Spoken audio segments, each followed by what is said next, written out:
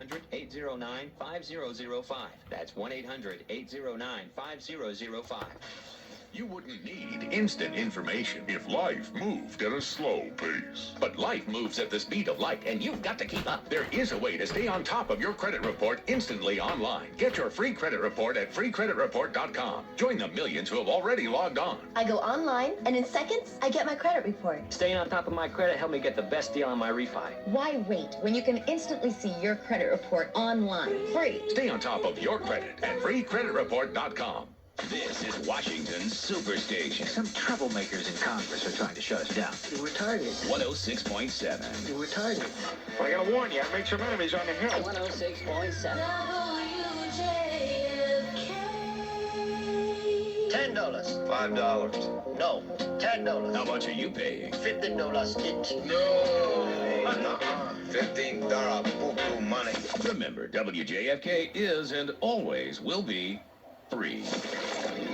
106.7 WJFK. 106.7. Damn it, do I have to listen to this drivel 24 hours a day? WJFK. Infinity Broadcasting. WJFK FM, Manassas, Washington, D.C. This is the Don and Mike Show. Want to participate in a Don and Mike Show contest? How about this? You or a member of your household can only win once for 60 days. You must comply with any age limitations for each contest. For complete contest rules, send a self-addressed stamped envelope to the mighty WJFK, P.O. Box 3649, Washington, D.C. 20007. Thank you, and God bless. Everybody loves Don and Mike. The Don and Mike Show. You can call Don and Mike anytime from anywhere in America. 877-365-3636. They're ready to believe you. And I got a choice of Pablo Cruz here. I like this one. You like this one? Yeah, I love this one. Everybody vote on this one? You like this one, Buzz? Agreed. I think it's a little pitchy. What do you think, Rob? I think it's nice. I think they brought it out at the end. It's summary. Okay. I think he's gonna be a big star. We'll go with it, Paula. Let's do it. Oh, let's open the door and then. There you go. Now, hello everybody. Oh, let's see. John Kerry. Oh, hi there. Right. You know, I don't know. It's a good song, but we got to have something bigger and fuller. Stronger. Well, there are more up-tempo Pablo Cruz, more powerful, perhaps. It gets wimpy in the middle. It really does. Yeah, It was used to sell Celebrex, wasn't it? Love will find a way. Well, when they say, when they get to the verse, Is that once the you one get past, okay. and then Rob takes it. I do. Hold on, that's the same cut. It's the same song. No, Wow. I think that was different. Where are you at, Pablo? I can't come to the phone right now because I'm at the bottom of the pool. Now this is a different one. Yeah. This is a good one. You like this one, Mike? Not as much as the last one. Yeah, what are you gonna do? Isn't there one more? It's like even a bigger hit. Not on this list. No, these are their two big hits. What You Gonna Do and Love Will Find a Way. What about I Go to Rio? Yeah. That's the good one. I love that one. That is my favorite Pablo Cruz song. You know who wrote it? Who? Peter Allen. Oh, no. Yeah. Oh, dear. You think? Yeah, Peter Allen had a version of it. They did a That's right. a remake of that. Peter Allen had a version that was played on the radio, right? There you go. I have the 45. Right. I'll loan it to you. Thank you. Will today be the day that we start with spiders and snakes then? Stafford? Yeah. Yes. Can't go wrong. You sure? Absolutely. Yeah, why not? The Don and Mike Show. You can call Don and Mike anytime from anywhere in America. 877-365-3636. They're ready to believe you. Hello. I remember. See, it's just got more music behind it. It's better with all the hellos and the... It's everything. More. Hi there. Hi there. Yes. Yes, I do it. Hello to you. Said, don't have to go right. I know Gallagher thanks you. Who wrote this? Gallagher and Jim Stafford. Yeah. Though Gallagher not on the label. Gallagher wrote it while Jim Stafford was on the tennis court. Just made me take it Sleeping. off. No drinking. Just made me take it off. Really? Okay. That's all it took. You know, now I don't know if in the opening song, it's a different song every day. Yes. Should it be a song that demonstrates how hip we are, that we're hipper than the room? No, Should it be one of those, oh my God songs? Should it be a song that has a strong, dynamic opening? Or who cares if it's just a piece of crap song, but we love it? Well, I think you got to play what you love and be true to yourself. And love what you play. And if we like it too, that's a bonus. Okay. Oh, no.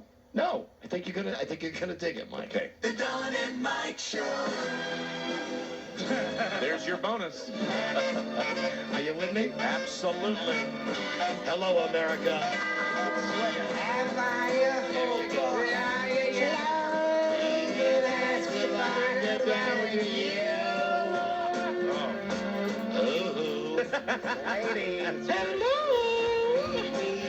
This is truly a retarded show.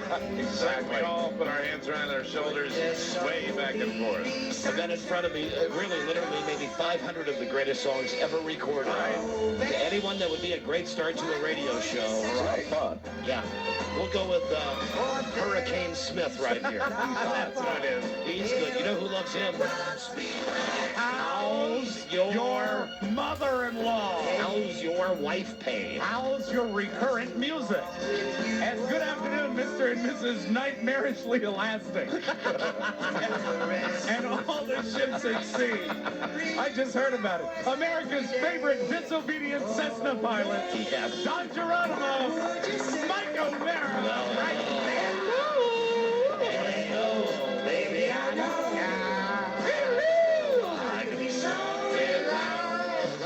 Now, Buzz, are you singing to this? Or you just mouthing the words? I'm just tapping along. You're just lip syncing? Oh, hi there, everybody. Okay. Hi, Donna Mike. Okay, let's start the show.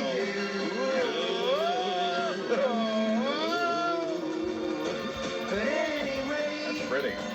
Lovely. Donna Mike Show, and it's a new episode of this Wednesday. 051105. Hi, Don and Mike. Buzz Burbank here. No, he's not retarded. Great sax solo on the song. You can call us from anywhere in America at 877-365-3636. From Canada and Mexico, 800-636-1067. Again, if you're among the chosen few listening on WJFK FM, chosen by God, call 202-432-1067. Yes, so, baby, I know. This What a horrible song. This is such a bad song. But I gotta be honest, I love it. But I love it that if I heard it on the radio, I'd love it for about 30 seconds and change the station. However, Would you? if I was like in a car with you guys or in a room with you guys, I'd do it just like we're doing. Yeah. I'd talk and then I'd go, oh, hold on. Here comes a good part right here, this song. But anyway, What would you say? what would you say? Is this song like 15 minutes long? No, it's like, I think it's under 3. It seems so much longer.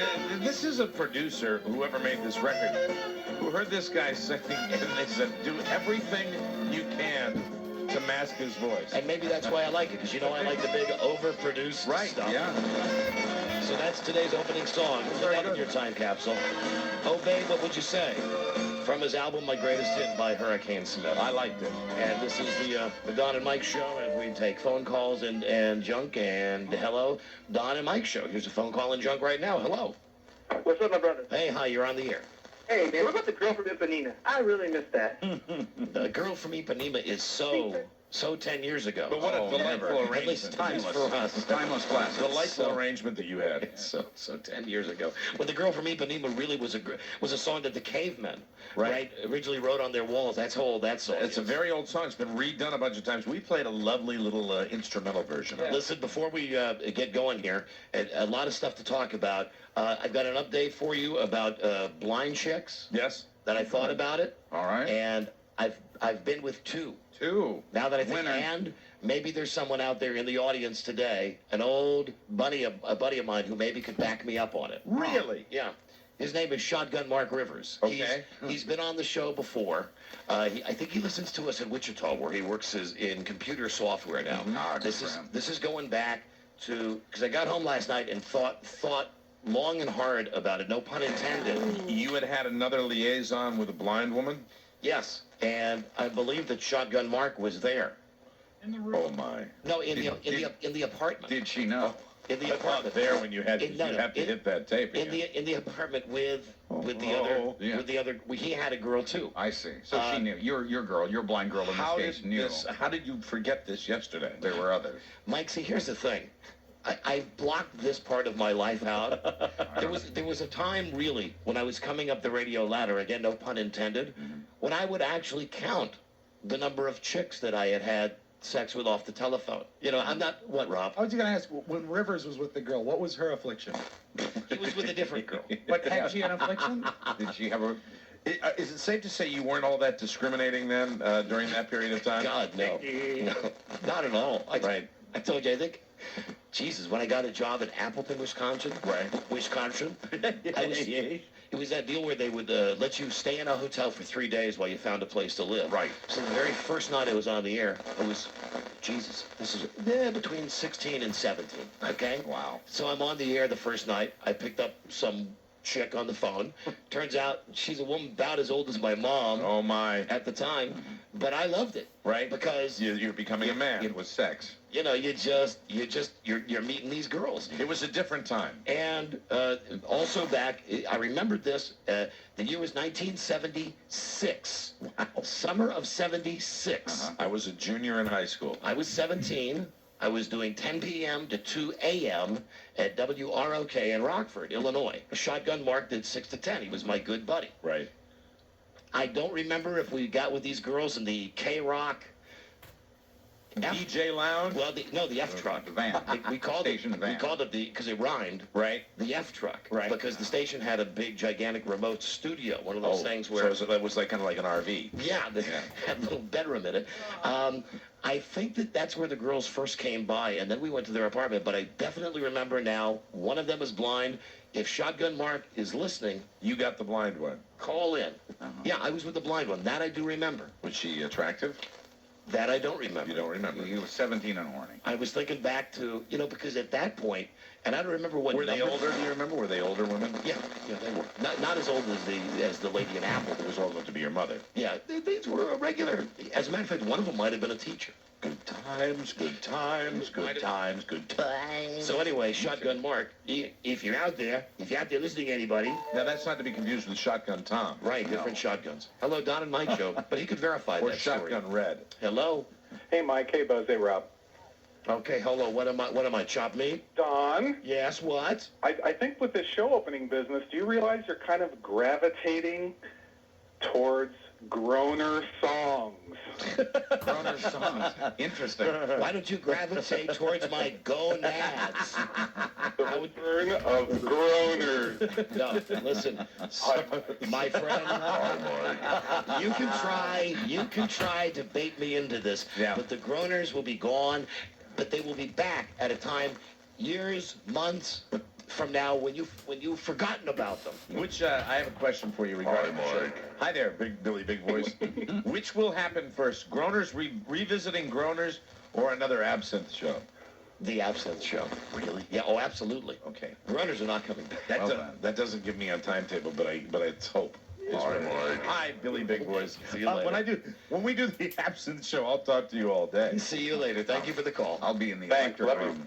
Thanks. Did you say love you? I Yes, think he I did. FOMO. He did say that. All right, just so that's on the record. Okay, Shotgun Mark, if you're out there in Wichita, call in. We got to talk about that night.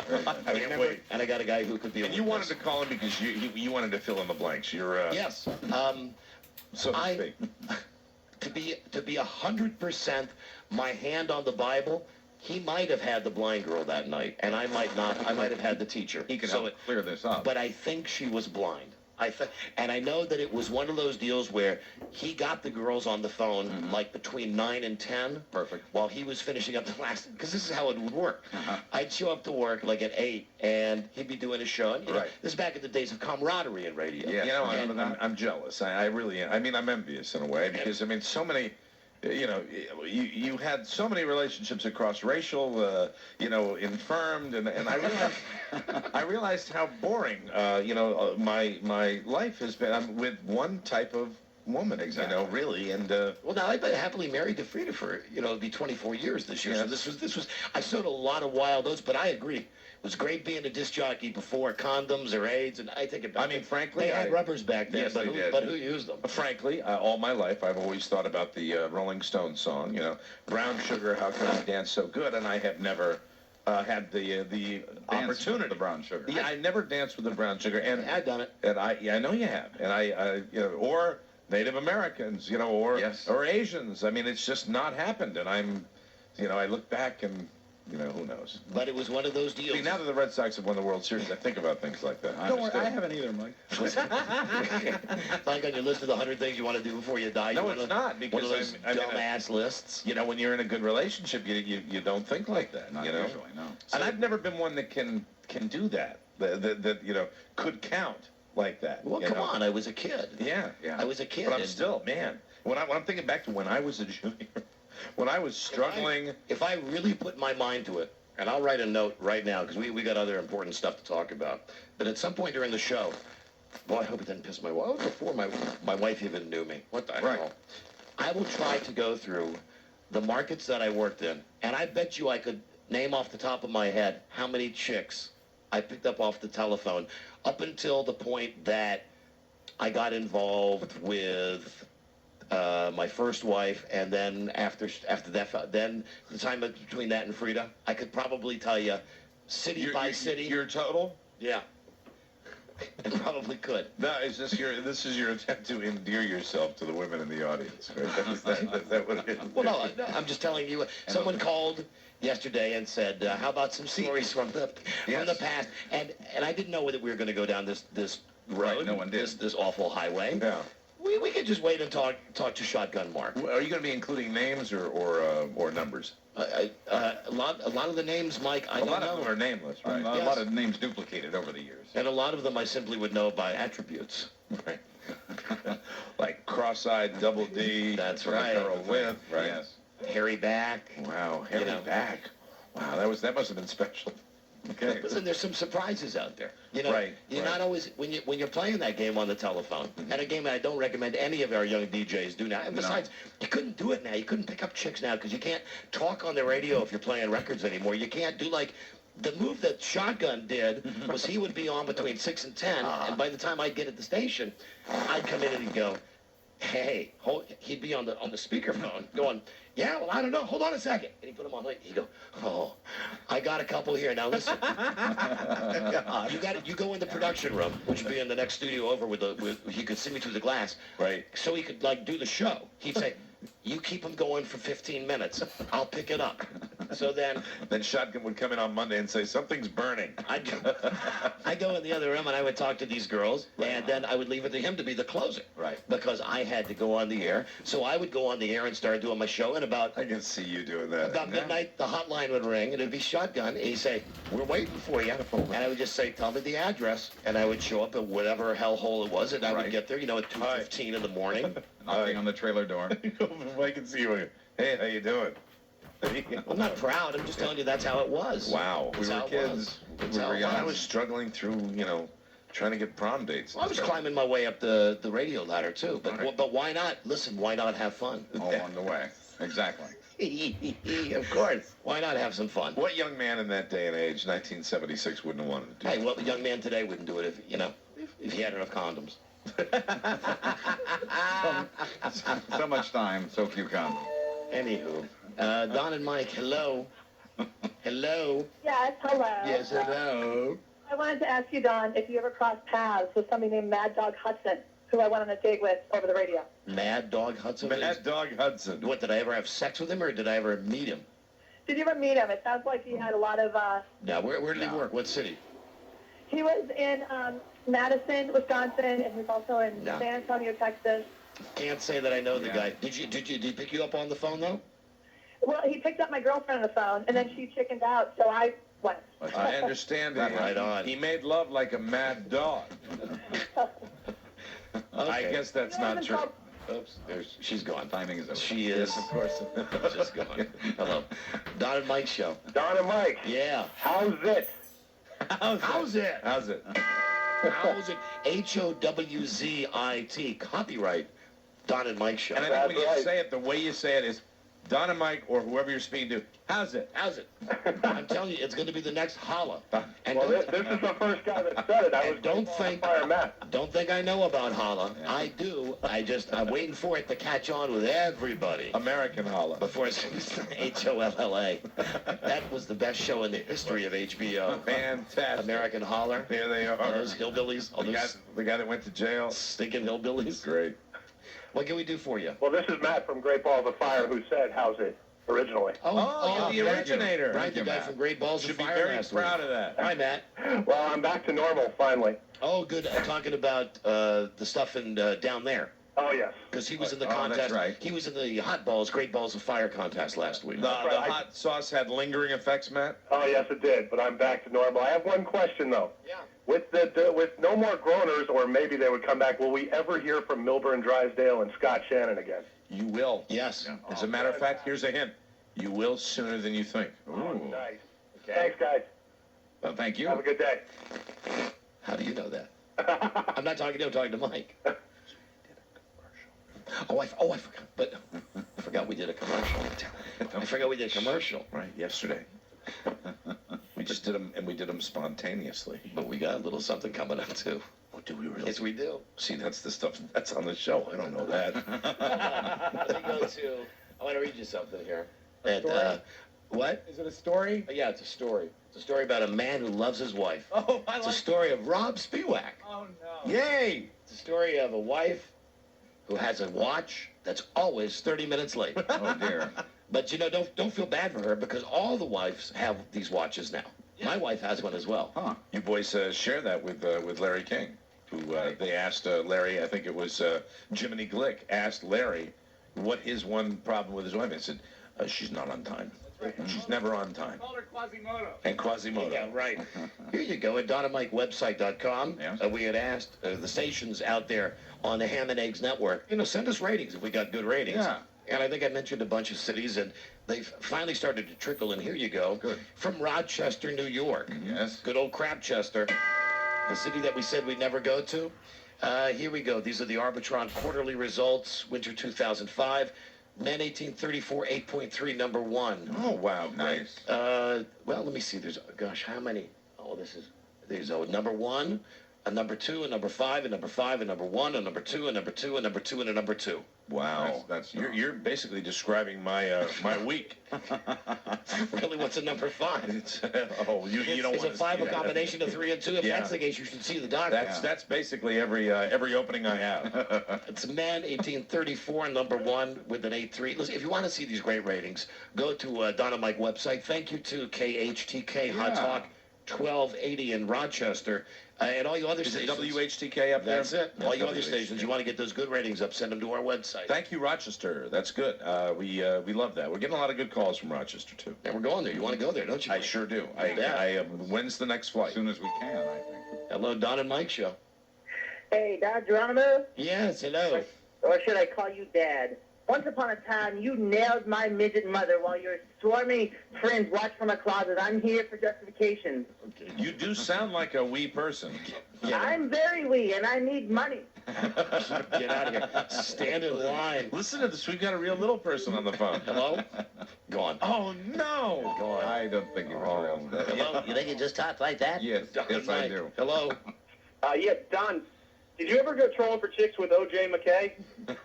O.J. McKay. No, come on. You heard that story. You know I couldn't because that was the name that Shannon gave some disc jockey down in Tampa. Remember, that's the guy, some guy who had been doing a show on Q105 for like 10 years at night. And his name was whatever, Johnny Hitman or whatever it was. Right. Scott Shannon comes into town and tells him 5 minutes before his show, as of tonight, your name is O.J. McKay. Oh, God. That's rough. This is like 1981. Wow. And this guy, Scott Shannon, had O.J. McKay. been one of my mentors and a great program director to me, and he got blown out at the station we were working at. He went down to Tampa Bay to start the great Q105. Right. And he was down there. He just called me up, just be hammered, call me up and go, boy, listen to this. And all I hear coming on the radio is like, Q105, right, this is O.J. McKay. How you doing? He go, what do you think of that name, boy? I just gave him that name tonight. Gave him that name tonight. A lot of people don't know that radio guys, primarily with fake names, They are named by program directors. Yes. Sorry about that. And Bridget Jones, if you're listening back there, Beth Ann, try to get that guy on the show so we can end that whole dumb HAMMER thing. Mm-hmm. Is that when it ends? When he comes on the show? Yeah. To officially retire the sound effect? Yeah. That's when he'll be great. That's when he'll be on, and that's when we'll be done with that. Good luck with that booking. He's very busy. I bet he is. He's hot in those commercials. He is. Hello, Don and Mike show. And I still love his puffy pants. I'm wearing them now. Genie pants. Hello. Hey. Hey. You guys are great in Rochester. And I just had to reflect on you were talking brown sugar. Yeah. That was the first time I was given seafood for nothing. Given seafood for nothing. I'm not sure I understand. Can you Well, explain? Itchy scratchy. Oh, the crabs. Yeah. Crab. Okay, I got it. You got the crabs. Excuse me, I had the crabs in my throat for a second there. I didn't want you to think I was laughing at that guy. I didn't understand what he was talking Yeah, about. well, now I understand what he's talking about. And after Joe hung up on me 5 times, I got through. Oh, that's You are great in Rochester. Thank you. I Thank you for can't the get call. through work without you. Thank you for the call, Joe. Thanks for hanging up on that guy 5 times. Okay, America. Buzz, before your news, before anything else. And we got to get to Matt, the crying engineer, today. How many days in a row is this guy going to be sick? Is he sick again? I don't know if he is or not. We're going to try to find track out. him down He's today. really been AWOL. American Idol. Before we even talk about the show last night and what we think is going to happen, let me offer up to you what I think is a plausible scenario tonight, and this has nothing to do with the performances last night. Okay. There was a technical error last night by Fox. Really? I don't know if you've heard about this, Buzz. No. Now, here's the thing. It only affects, in theory, a small percentage of the people. You know how they had that problem a month and a half ago, and they've had it in previous years where the voting gets screwed up because they give out the wrong number? Right. Last night, for closed captioning, what deaf people that want American Idol, they screwed up the numbers. Uh-oh. So if you're watching on closed captioning, if you liked Bob Ice, Vote counts. if you like Bob Ice, Bob Ice, Right. or if you like the tracheotomy boy, Count Underwood. now Carrie Underwood, Okay, Underwood, I see. Carrie. Okay, I won't speak in deaf talk anymore. So you get this, but Carrie Underwood is the only one. That's the name and the phone number that they gave out on closed captioning for deaf people for all of the contestants. You understand? Right, Like, yes. She was like Oh. 877-555-0001. So she got all the deaf votes? Yes. Now the Kind question. of a handicap. The question is, hey Buzz, For Carrie. Buzz. The question is, Yes. I've never heard of that. Terrible. listen. Oh. They watch TV. Yes. What? They watch, you know, Yeah. just like blindies listen, deafies watch. Right. They watch this show. They vote on this show. The question is, what is the percentage of deaf people that watch American Idol, Good question. that watch on closed captioning, that called the wrong phone number? And the only reason I bring this to your attention, this could be where tonight they come on and say, oh, we screwed up. We gave out the wrong number closed captioning. We have to do it again? Because they could do it from an angle that they're going to get an extra show out of it, that some of the people didn't have great performances last night, and also they play that nice PC card. How stupid are the people associated with this show, though, that now this has happened again? I mean, this is really a loosely run part of the operation. These Was phone last numbers. night's show live? Yes. Because closed captioning is very hard to do, and it's usually done by someone other than the producers But of here's the the show. thing, Buzz, that this closed captioning, it's not what they were saying. It's the slides Well, that that they show put up. last night Right. was taped, right? No, that was live. And it was the slide that they put up underneath that's already pre-programmed in that has the person's name and the phone number to call. Right. So listen, here's how I think we should deal with it today. Let's have some deaf people call the show. You know, but here's my... If they're deaf, Even stop. Trying You're to having trouble hearing. anybody out there listening, Let's have some deaf people call and tell us how they feel. Tell us how they feel about the don't this. they flash the number up, though, on the regular feed? And so they'd have the number way- as an additional The feed. so- way that I read it and the way that when I talked, when I signed, I didn't sign with anybody. Right. I was just talking with Big Head about it. Aye. Is that the captioning would go over the top of whatever it is that Right. they're already running for people who can hear. I seen a photograph of it. and when they, like Ryan would say, if you want to vote for this person, Right. but the only number you would see was the wrong number, even though the right number was So you under think it. there's a good chance they're going to come out and say, hey, we got a do-over? Yeah, well, I think so. Hello, Don and Mike Show. I'm not saying they're going to do it. Right. Just throwing it out there. It's a Hello. possibility. They have that option. Hello. Hey, guys. Hey. Am I the only one wondering why the hell a deaf person would be watching a show that is basically singing that they can't hear? Here's the thing, and think about this. And normally I'm right with you. Of course, That's a mute point. you make perfect sense. But who's to say the deaf people wouldn't be voting for the one that they like the looks of? Absolutely. Why would deaf people be left out of the greatest absolute car wreck in the history of American They television? shouldn't be silenced. No, and It's the same thing with blind people watching TV and listening to the audio. That's Right. exactly the same thing. and I heard that they shouldn't be silenced. So anyway, if just mark my words, I don't know anything about this. Buzz, if you would do a check on the web I'll or see what I whatever can you have find. to do Sure, to find out. sure. I don't know. The whole thing to me is very, very eerie. Sorry. I heard that. Oh, man. Okay, I could really go way out. Just, Well, we're certainly there. You know, you might Well, want to no, go I- along. Yeah, come on. back when I was having with all those sex with all those girls on the request, it's a good thing I didn't get AIDS. Hearing aids. Sorry.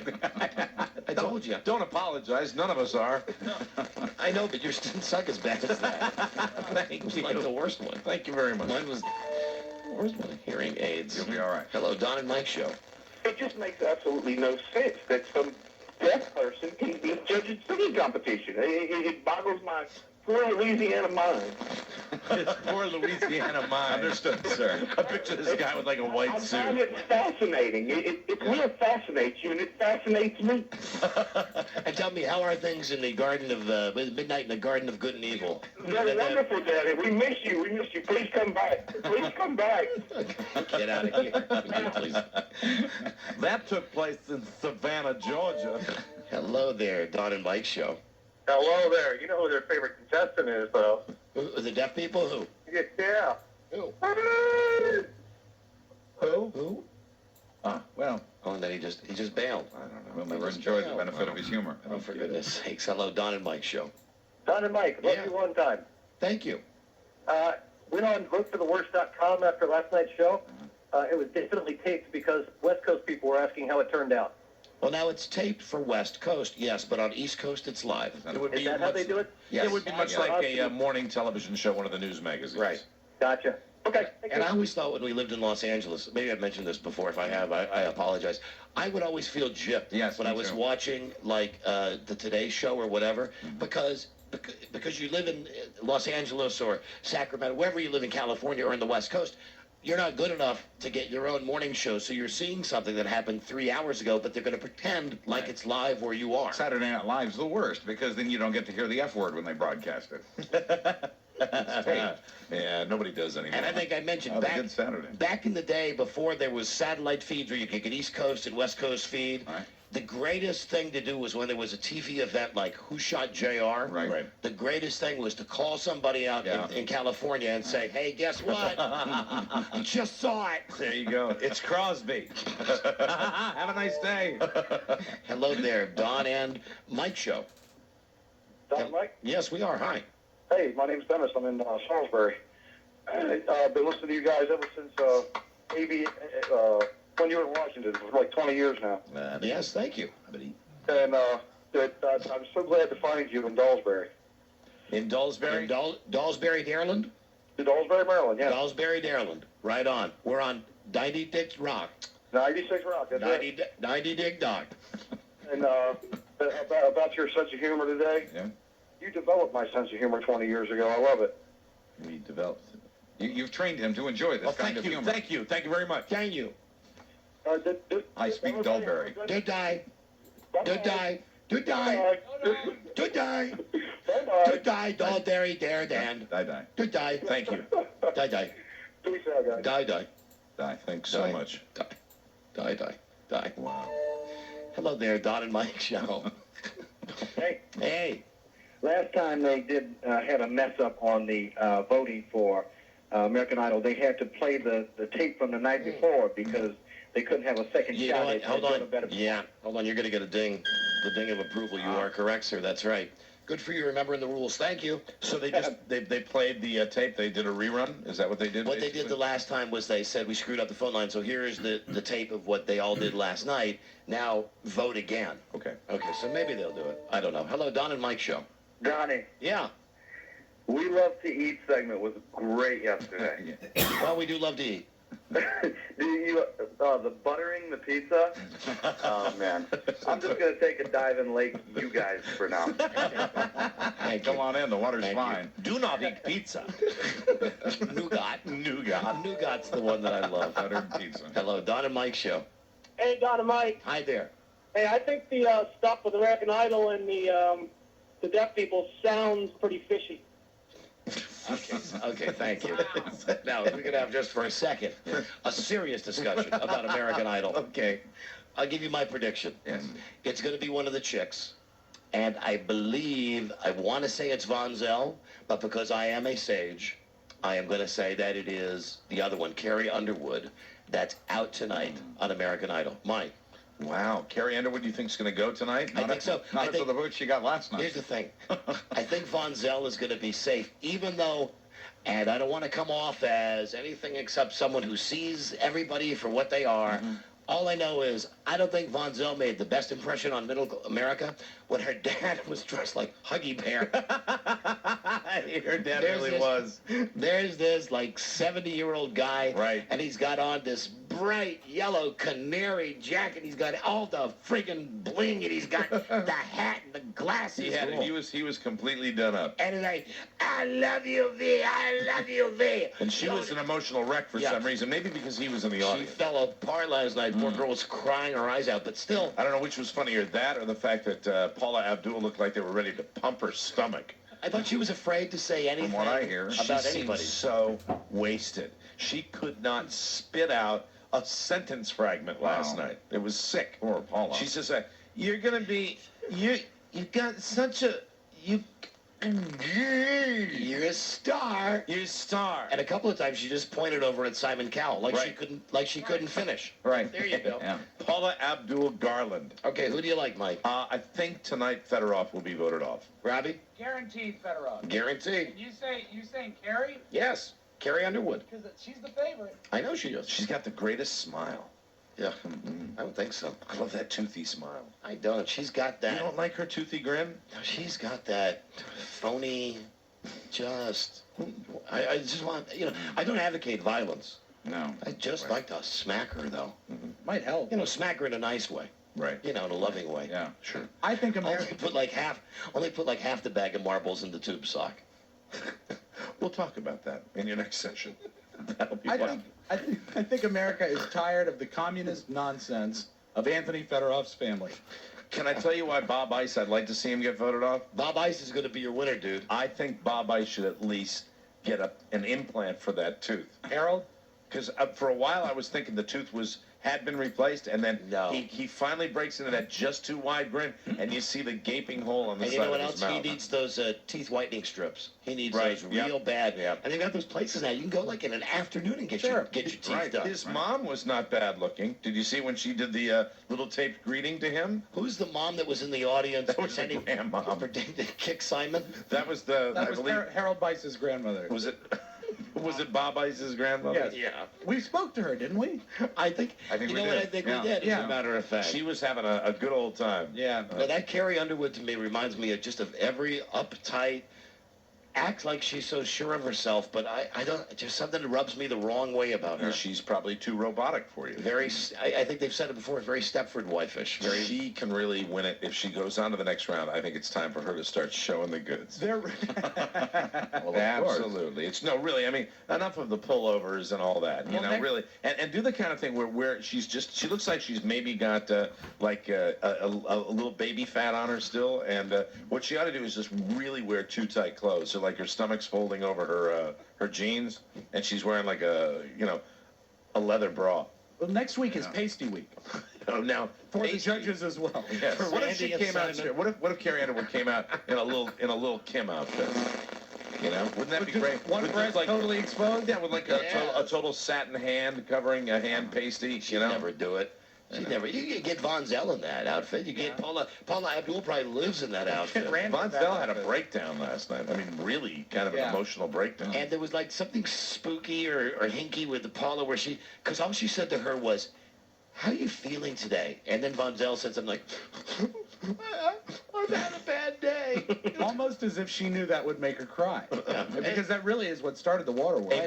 Put down the mic stand, too. Why did Von Zell have such a bad day? I don't know. It was never discussed. And does everybody realize that in 3 months from now, we won't remember any of these people's names? Right. Does anybody also, besides Buzz, does anybody else realize that we talked the same way last year about the same group of retards, and then the year before that about the same group as if they were really important people? I call it forgettable excitement. But the thing that's great is the guy whose name I forgot with the red hair was in the audience last night. It's not John Peter Lewis.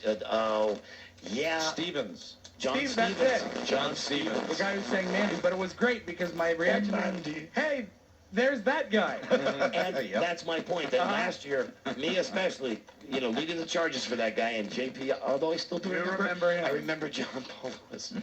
John Peter Lewis. John Peter Lewis and John Paul Lewis was Michaela was there. LaToya was in the audience last night. Oh, yeah, I saw Michaela there. Oy vey. Hello, Don and Mike show.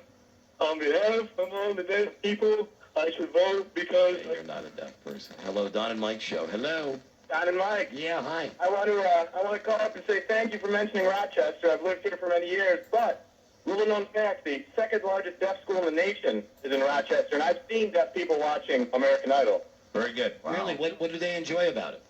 What they do is they have the closed captioning on, but they turn the volume up so loud that they can hear the beats of the music.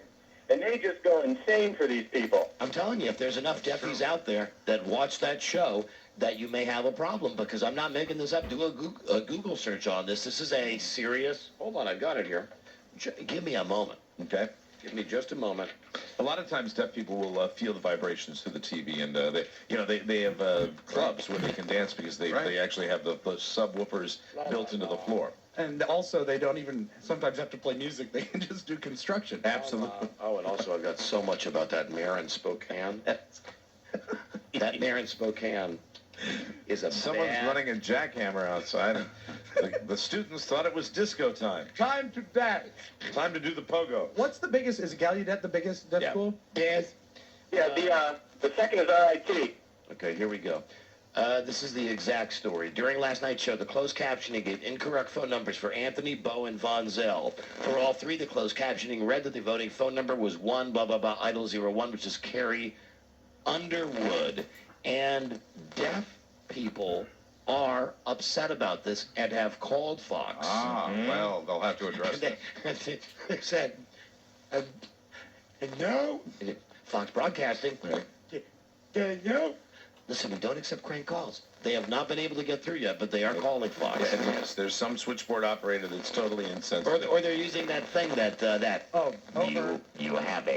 thing that we used on the air that day, that internet thing. Right. We will not be ignored, Dan. Now, one thing that needs to be said that hasn't been said, any chance of a conspiracy? Because did you notice that she's really the only country singer in the competition, and they were required to sing a country song last night. Nashville, right. You think they're trying to steer anything towards her? I always think they play with it. I think they like Bo, and they like the Carrie Underwood, and I think they might be real happy to have that kind of a split. And let's go to our net center now, where kindly Buzz Burbank, and we used to goof on Buzz for his computer skills. Look what you've got here. Now, what have you got for us today, Buzz? This is a still frame from last night's Idol.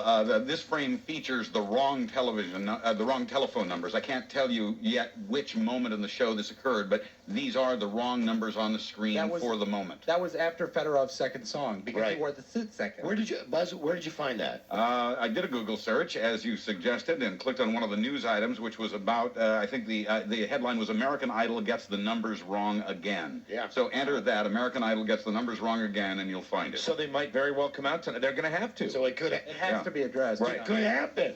Maybe Paula will appear on Saturday Night Live this week and make fun of it. Or maybe in a good way. Maybe they'll address it as Ryan Seacrest addressed it last night. I mean, and what was that? He made the stupid joke about the fat guy? Yeah, I don't get it at all. I mean, really that was his way of addressing the Paula Abdul situation. Everybody's talking about Scott Sable, which was just total crap. Hey, you know, the conspiracy is not that they're trying to let somebody win. The conspiracy really should be they know better at these networks. They have checks and checks and checks.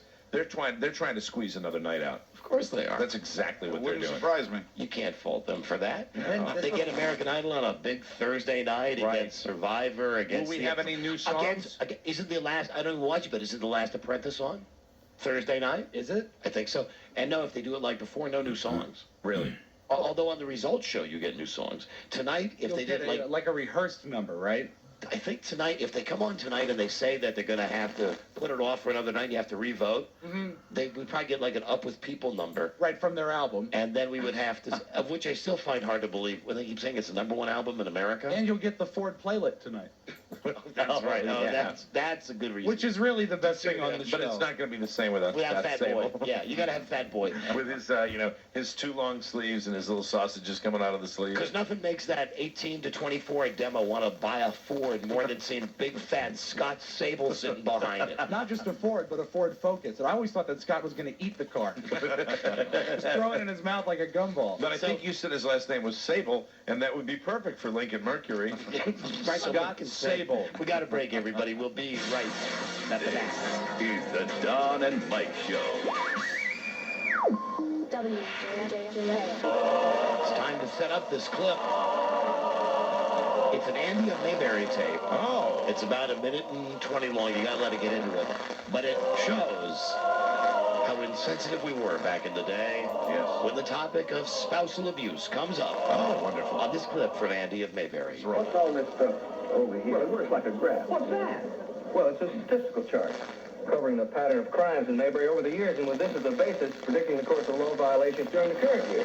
Like it? Yeah, that is real good looking with all the Crayola work and everything on it. But I tell you the truth, we don't go in too much for charts. We mostly work with the people. Yeah, this is usually a bunch of nonsense. Don't underestimate statistics. Sometimes their accuracy can be uncanny, especially in the field of prediction according to past patterns. For instance, before the month...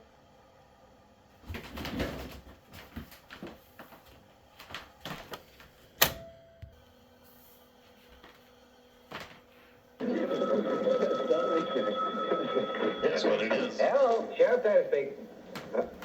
What? Well, yeah, I'll get a man right on that. Much obliged, Grace.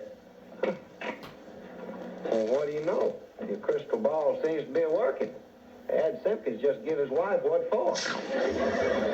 The Don and Mike Show. Many fancy them as eccentric. Don and Mike. Yeah, how about that, huh? What for? That's a good one. Gave her what for?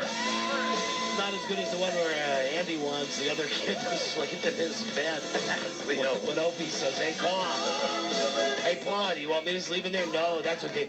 Trey and I will be in there. Night, O. And that's the one where we kind of twisted it, in its day, totally innocent, and then, well, it's a fishing pole, and... even that, in its day, even that was, totally innocent. I mean, yes. And you're going to have a wife beater. He's giving his wife what for? Well, ain't that something, Ange? How about that? She got 2 busted eyes. Wow. How about him? You better get up there, Barn. Better call Otis. Oh, Buzz. Yes. Don't we have exciting news from Buzz? We have exciting news. In the world of Buzz being a man? Really? Yes, we do. From the world of motorcycles. You did it? I took my test today for the first time and passed. I have my motorcycle license. Winner! You did not have to take the test twice? I did not have to take the test twice. You looked at the manual, you studied the manual. Studied the manual. I took the online test to prepare me for the real test. Right. Went down, took it, passed, got my license. First time through. Winner. Meaning? Very, very pleased. Meaning that you beat Mike. I did. He got his license first, but I was able to do it on the first try. Why you look at me in that tone of voice? I like to think Don't look at me. I didn't beat you. Look at him.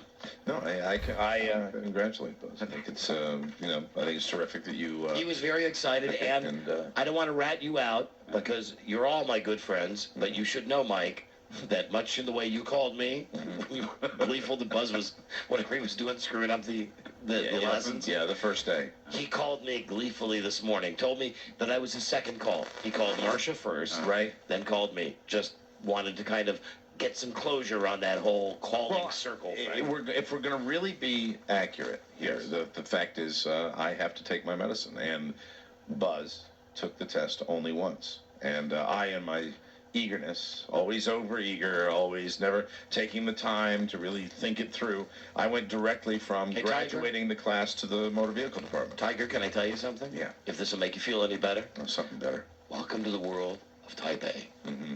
You know what I'm saying? Yeah, I want it now. Yeah. Right. I want to take the test now. Damn the torpedoes. I want to get the motorcycle now. Yes. Slow and steady wins the race.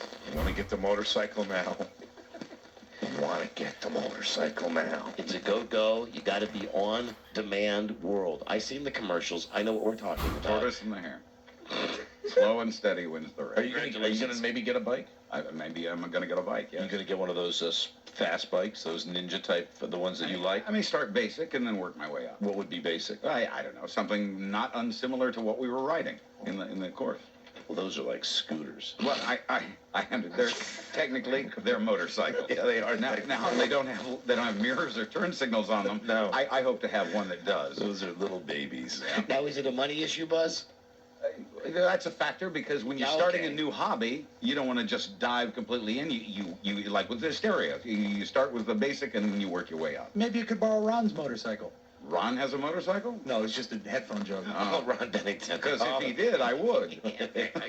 And you borrow without telling him about it. Of course. And then say, I didn't see here, I'm real big on the signboard, spray painted Ron. I really have found that since I've taken that motorcycle course, I don't know if you feel the same way, I'm much more aware, even in the car, of traffic and people doing stupid stuff. I do that. Because it makes you think that way, because if you're on a motorcycle, that thing where you just miss a fender bender could be a fatality on a motorcycle, and you're more aware of people doing dumb stuff. And around here, I got news for you. You know what I noticed?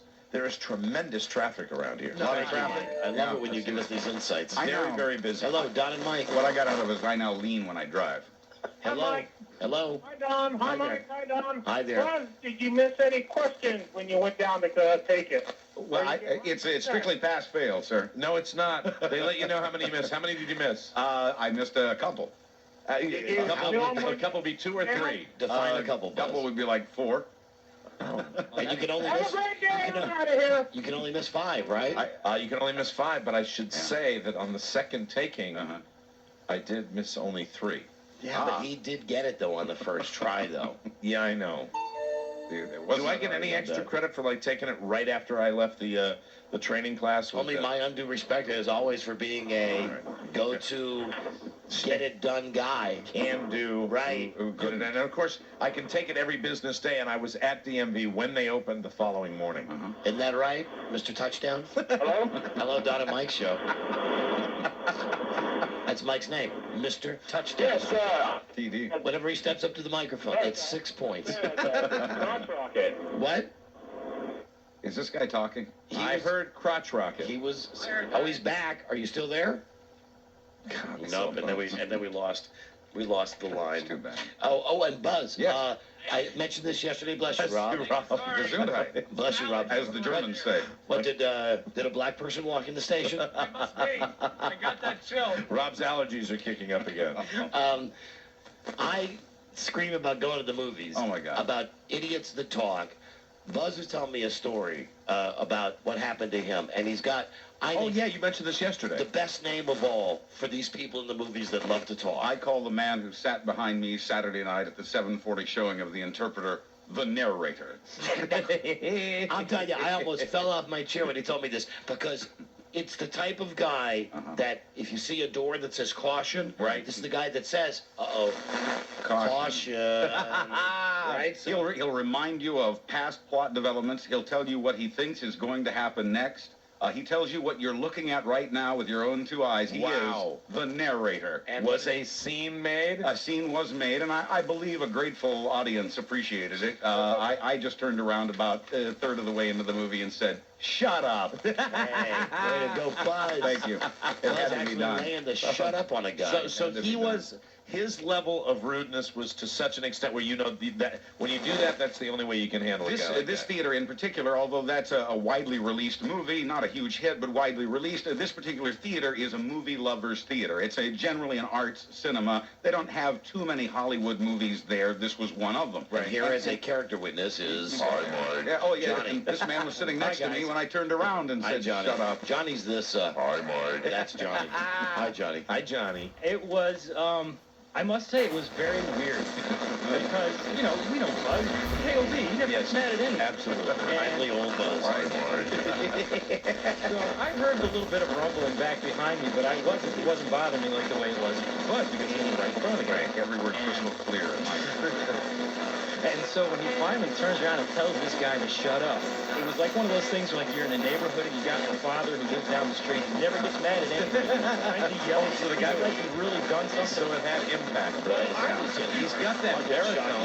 They don't know he's a peacenik. Because here's the thing about Buzz. Remember this? They're so nice, they pick me as their spokesman. Right. Because I'm nice. But when he gets that voice, shut up. Shut up. And usually you can get the kind of guy that's going to want to mix it up. Was there any mixing it up? Not a word from this guy until the closing credits. As soon as the closing credits started rolling, he started talking to his friend again. He was going out of his mind. He remained quiet for the rest of the movie, and I believe the audience was great. Good for you, Buzz, and I'm going to steal that from you. And the narrator. Feel free to call me on it every time I go to the movies and say to someone there, because I would say that there was a narrator in the crowd. Right. If the guy had kept talking or given me any trouble, at the end of the movie, I was going to say to him, gee, could you come with me to every movie I see so that you can narrate everything I watch? Because I wouldn't understand it without you. Narrator. The narrator. Hello, Don and Mike show. How you doing, Don and Mike? Doing great, thanks. Hey, just on the study, I'm in the military. You guys make every day when I get out so much better. Yeah. Stay safe. Been doing my job, what I do, for a couple years now, and every day I try to listen to you guys. My phone is such a depressing evening. Thank you. All right, well, thank you. We do appreciate it, my friend. Well, now, there's a man that's in the service defending our country, putting his life on the line. I don't tell people to shut up in theaters after an experience I had years ago when I was at the Uptown Theater here in Washington, D.C. With one of those Indiana Jones movies. And it might have been the original. No, it was the second one. It was the sequel to Raiders of the Lost Ark. And I was in there and somebody was talking and I said, please be quiet. And there was silence in the audience. And then the person went, F you. And the audience in unison laughed. And when you get lost down, you lost in that situation. You're not good. You lost again. And I'm thinking I should have gone right through the profanity. I should have gone, S the F up. Or somewhere in the middle, maybe something sterner that didn't involve the word please. Yeah, maybe because my voice hasn't changed. Would you please be quiet? Well, if it means anything, if there's any consolation, I'm sure when you were doing that, I probably having sex with 7 or 8 infirm girls at the same time. 3 at a time, all blind, and wonderful. Bring them to me. I don't care what's wrong with it. Right. Sure. Go on up. Beach in the K-Rock F-Truck. Wasn't that your famous night of see no evil, hear no evil, speak no evil? It's the night he discovered the key element of a sexual encounter back then, gratitude. Hey, you. Hey, I'm going to be very careful with this. We're on a good roll, having a lot of fun today. Hello. Hi, baby. Hi, Christy. I'm just checking to see how you're doing. I'm fine. Thanks for asking. Okay. That's it. Love you. See you later. Bye. That's a weird chair down there. Okay, what's going on? That was a strange phone call. She's back to being Debbie Depressed. She did not sound all that up.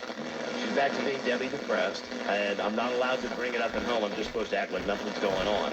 I know that it's not easy for her with a mom-in-law, with her mom living with us, and they're doing the stuff with her. She got a job, and then she's doing the stuff with my kid moving into college, and I understand that, and I'm trying to cut her slack, and it's just after years and years of having this you got to be jolly crap pounded into my head, she comes back after a couple of days of being out of town, and this is what it's like. Get up this morning, she's at the computer, and I'm at my computer, and all I hear from her side is, go what? Just sign. Okay, because I'm supposed to avoid this. I'm not supposed to respond to this. What she told me now. Then it would be, why? And then she gets mad. Nothing. I didn't say anything. So she's back to that thing where she's depressed. I don't know why she's depressed. I thought if I called her on the radio, maybe she would put on like a phony front and be like, la, la, la, la, la. Right. But no, she's back to being Debbie Downer again. I'm not sure exactly what it is with that crazy child bride of mine. One word, chocolate. Chocolates? Yes, bring home chocolates. Actually, yeah. No, that would, see, it wouldn't work. It wouldn't work with her. I'm telling you. She wouldn't eat. Yeah, they have sugar in it. That's right, Buzz. I know the problem. Hasn't she lately been spending a lot of time with my wife? Yeah. Well, that affects me that way. She's always spent time with you. I get that. I get you. Now, why doesn't it bother you when Rob saw it? Oh, dear me.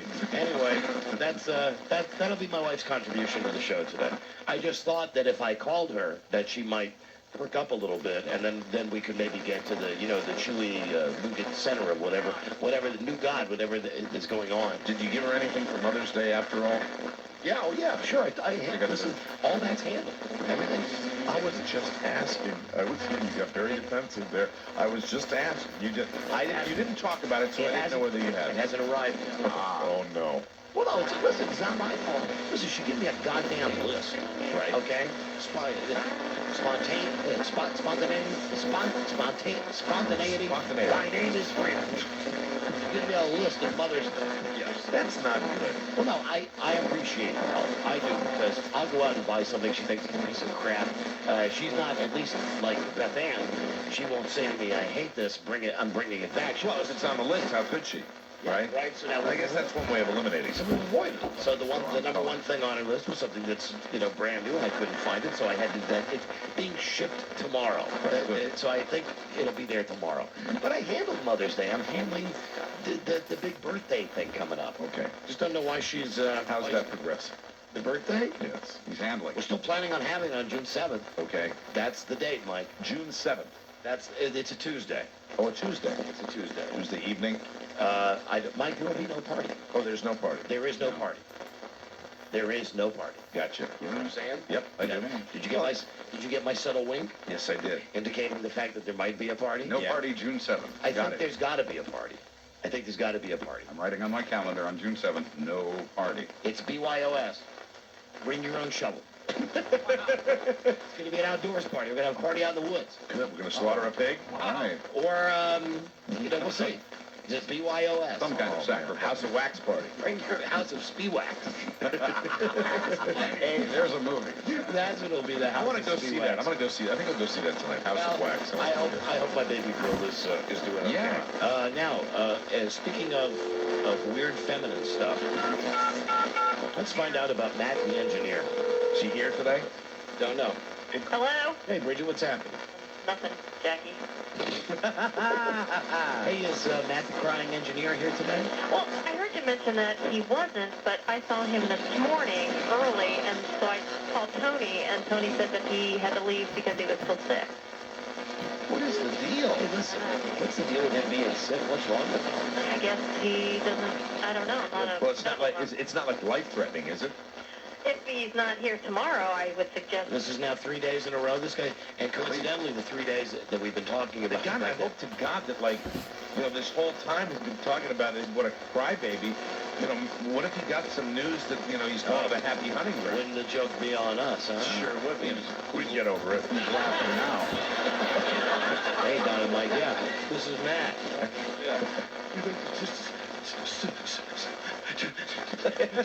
Testicular cancer or something. No.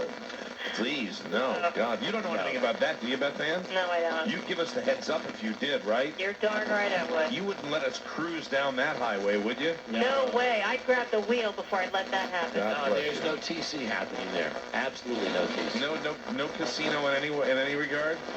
What are you talking about? The big casino, you know? Oh, no, not that I know of. Not that you know of? Well, I met the guy. You're the one that was the catalyst for all of this. He might have some kind of brain cancer. Or a dystrophy. Jesus Christ, what if it really is true? I know. Listen, there's nothing wrong with this guy. Well, how the hell do we know? Not like he hangs around a lot of RF frequencies that we call He's a sensitive man. Yeah, I believe that. He cried when Beth Ann yelled at him. And he's probably, you know, doing that thing where he comes into work where he's not going to have to see anybody. Yeah, lay low, That keep your asks him hours. about crying. All right, okay. Probably so. Is that a hairpiece that he wears? Hey, would you call him up at home and find out what the deal is today? I sure will. Will you call him right now, please? Yes, I will. Thank you. Bye. Because for my own sake, I'm worried about him. Does that make sense? Chemo causes nausea, doesn't it? What's that? Can't chemotherapy cause nausea? Stop it. He doesn't have cancer. I don't think he does. Maybe just brain cancer, like I said, but just like everybody here has brain cancer. Absolutely. Because they're so stupid. Yeah, you got to have brain cancer to You work do here. have to die of something. What he has is some sort of virus, I'm sure. Really? I would just love to get his side of the story. What kind of virus? What's it, 3 days? 3 days. 3 days. It's your standard 96-hour virus. I'm sure he'll be fine. Like many of us, I'm sure he had no flu shot. Because the president said don't do it. It's May, Rob. Oh, needles make him cry, though. Well, of course. But not getting a flu shot also made him cry. Maybe it was food poisoning. I hope our needling hasn't made him cry. Maybe it was a bad hot dog. That laid Tony down for a long Yeah, time. absolutely. Engineers and bad hot dogs, you know. They don't How's your needles? How's your wiener? How's your Frank? Okay, where's he at? Come on now, let's get the guy. How's your Frankfurter? All right, I'll wait to hear back from Beth Ann about that. Yesterday in the show, at some point late in the show, we tried to call Bob Mailman, who's over in Japan right now. Well, we did call him successfully. Yes, we did, and we had a very short conversation with him. We had determined that he was asleep. Hold on, here is Bridget Jones. Hi. Hey, Hey. he doesn't want to come to the phone. Oh, what did he have to say? I've never talked to him. It's always his girlfriend. That's weird. Well, will you go on and tell him? No, I don't. You know, she doesn't have anything to do with Well, it. hold on a second. Now listen, I'm PW. I'm PW like the worst in the world. I'll be the first to stand up and say that. Okay? My life is run by my wife. Okay? But I'm not hiding in a room, afraid to talk to. I mean, I even. don't know if he's afraid. I mean, he really could be sick, and he just didn't want to. Well, what's wrong with him? He doesn't have the energy to spar with us. You know, he had some type of. They thought over the weekend they ate something that may have been bad. And, Well, I you know, sucked down a large Wendy's chili before I came to work. You don't see me crying. Over how many days though does this last? I don't know. I don't have his medical chart. Well, would you call her back and would you just say this to her? Would you say that we're concerned about the fact that we think that we're the reason That he's not feeling. that he's not coming into work? Yeah, that's a good idea. Because we talked about him crying. Get an answer on that. Excellent idea. Okay. Can you call her on a phone right now so we can hear you? I mean, so we can't hear her, but we can hear you? Your end of the conversation. That's all we How do got. we do that? That's all we got right Here's what you do. You pick up another phone, like Joe's phone, Okay. and you just call her up, and you just sit your phone down and let us hear what you say to her. Okay, hold a second. Thank you. Hello, this is Beth Ann reporting. Don and Mike are concerned that perhaps the illness is being generated by their Did constant... you hear that? What? I'm starting not to feel well. Oh, dear. Oh, no. Just say to her just what Mike just said. What we were just saying, you know. I didn't hear. And we are. Hi, this is Beth Ann. Hi, this is Beth Ann McBride. And Don and Mike were concerned that there are constant barbs on the mat with this crying Okay, finger. maybe physically manifesting in your boyfriend. Yes. Okay, one moment. We should send him something, if it's not flowers, like a basket of handkerchiefs. Here we go. It's Beth Ann.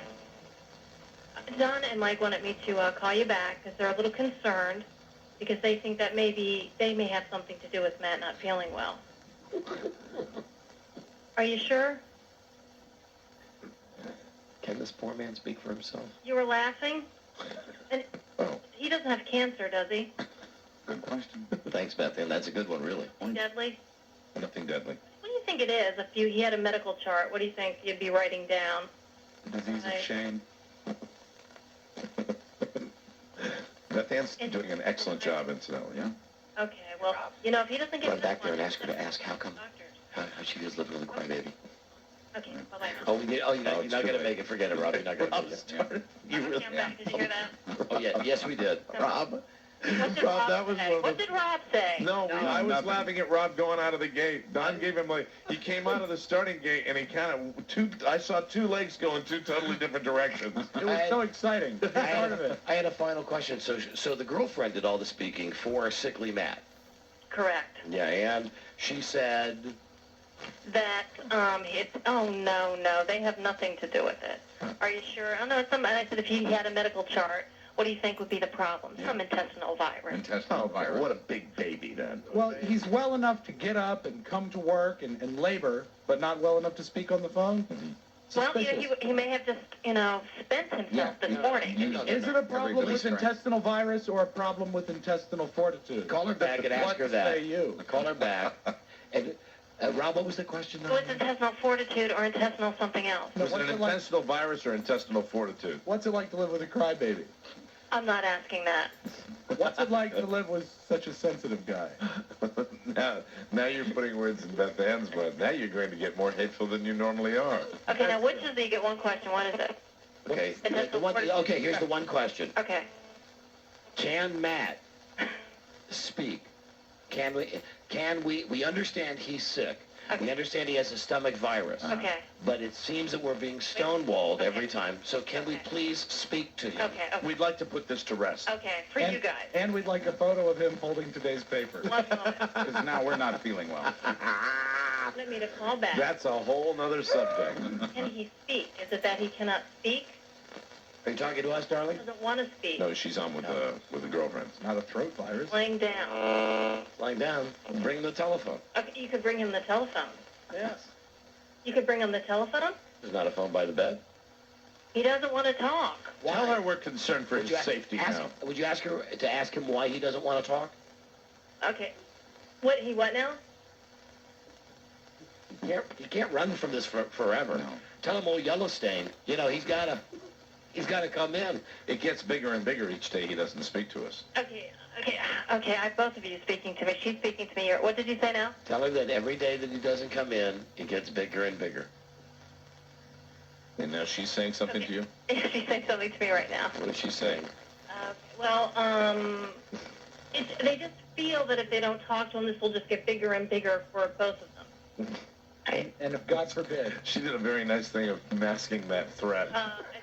Okay, well, she wanted me to tell you that you can feel whatever you want to feel. He doesn't feel well. Okay. Tell her I said he's a baby. Okay. You can say that from Don. Really hoping that he has a speedy recovery.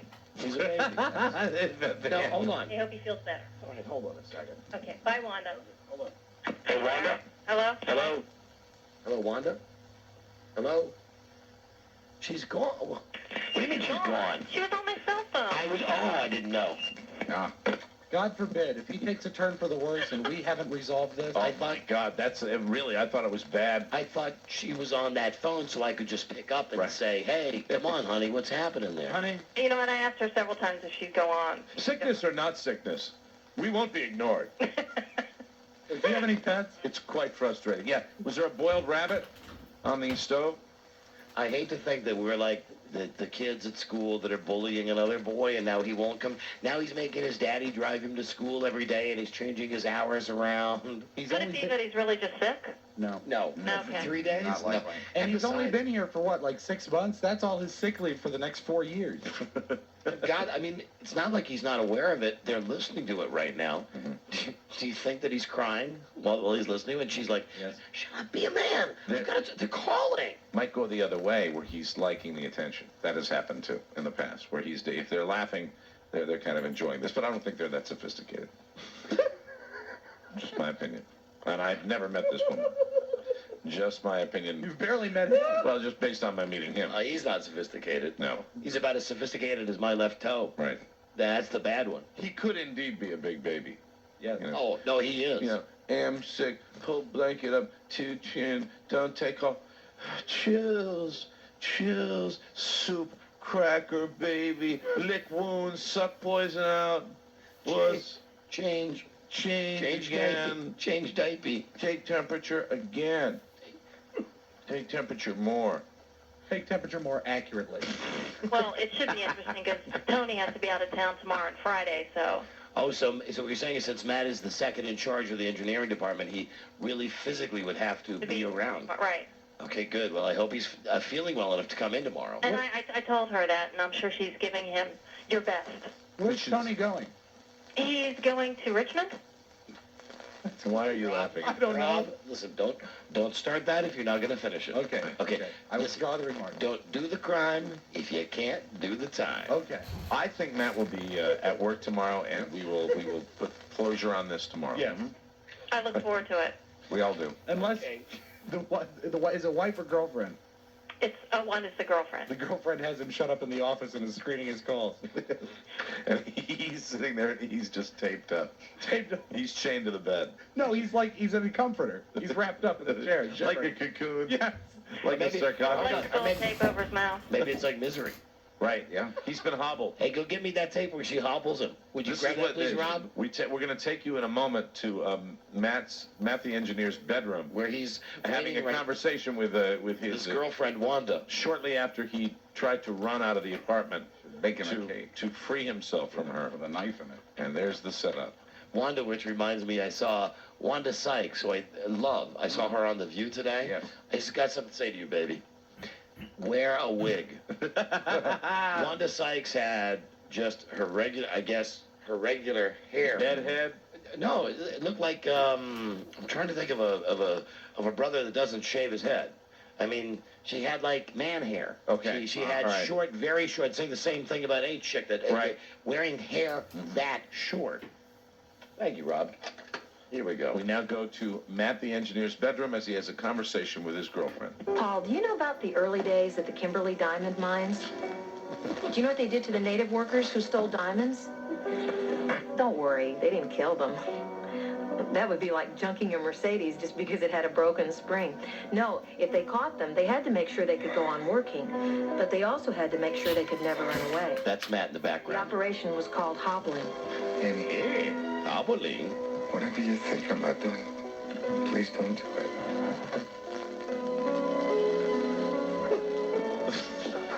Hey, for God's I think he's listening to this right now. God's sake. It's for the best. Hey, please. Almost done. Just one more.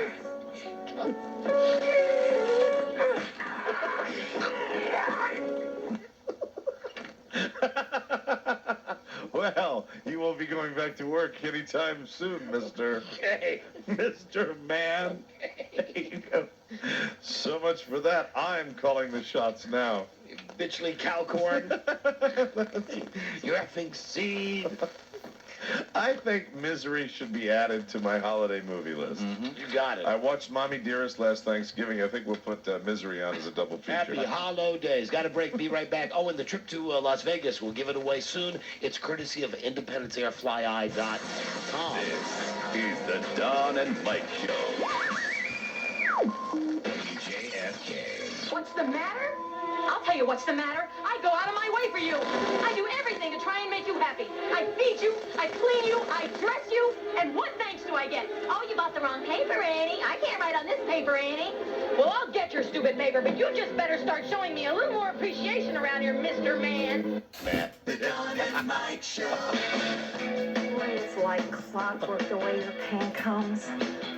I'll get you your novel, Paul. Forgive me for prattling away and making you feel all oogie. You can call Don and Mike anytime from anywhere in America. 877-365-3636. They're ready to believe you. I thought you were good, Paul. But you're not good. You're just another lying old dirty birdie. Thank you, Sting. Hey, Garn, they've done something even more difficult. They wrote a book, Don and Mike. Hey, go to our website. You get a chance, www.donandmikewebsite.com. Most of you go there now. We've got the picture up of Maxim's top 10 hottest girls in the world. Man, I'm on the my list way. that we started all those years ago. And now they've picked it up. Remember that? We did it a long time ago. We And stole it. we never continued to update it, and it is in bad need of being updated. It is. Don't think me unkind. Oh, we just laid the police. Yeah. Words are hard to find. Had to go all the way with it. I'll tell you, the number one girl on the Maxim list is the hot one, the really hot one from Desperate Housewives. Eva Longoria. That's her. That's right. She's number one on the Maxim list. We got the pictures of all the top 10 girls on our website. Wonderful. Oh, man, they are great, too. Jerry Todd. Do-do-do-do, da-da-da. It's all I want to be saying to you. Oh, yeah. Do-do-do-do, da-da-da-da-da-da. The innocence will pull me through.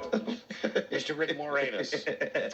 Doing the police as only he So can. let's see. The list has all these chicks: Sarah Foster, Jessica Simpson, Brittany Murphy, your girl Angelina Jolie. I'm not all about Brittany Murphy. I don't think she should be on that list. Rachel from the OC, Jessica Alba, Lindsay Lohan, Jennifer Gardner, Evangelina Lilly.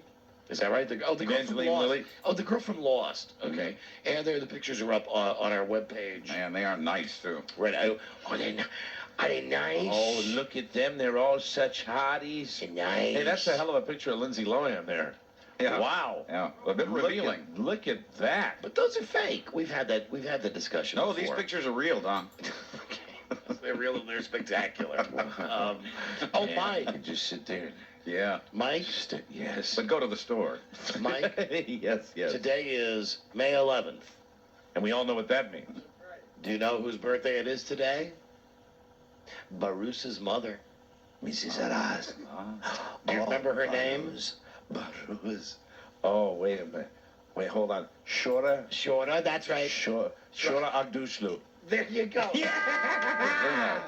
I am Shora Agdushlu. For my birthday, I only require... What's that? A cigarette in one hand and a cinnamon stick in another.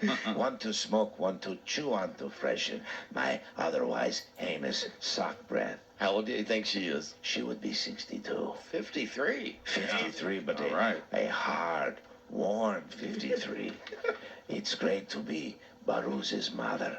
And I hope Barus gets back into the last two Yeah. episodes of 24. They kind of teased about that. but his I'd mom, like to though. say, I hear there's going to be a romance between Baruz and Chloe O'Brien. We didn't put this picture on our website today. You can go to any newspaper and see it, but it's of Kenny Chesney and Renee Zellweger. I'm going to put this on a Post-it note right now. Right. 1 year from now, these two absolutely on the outs. I think you're being conservative. I think it's a guarantee. It's a lock in a year. Okay, well, do you want to go lower? I'd actually go maybe 3 months. 3 months, meaning Because May, they June, wake up, they realize July, what they're August. I would take that bet. I think they will last longer than 3 months. Right.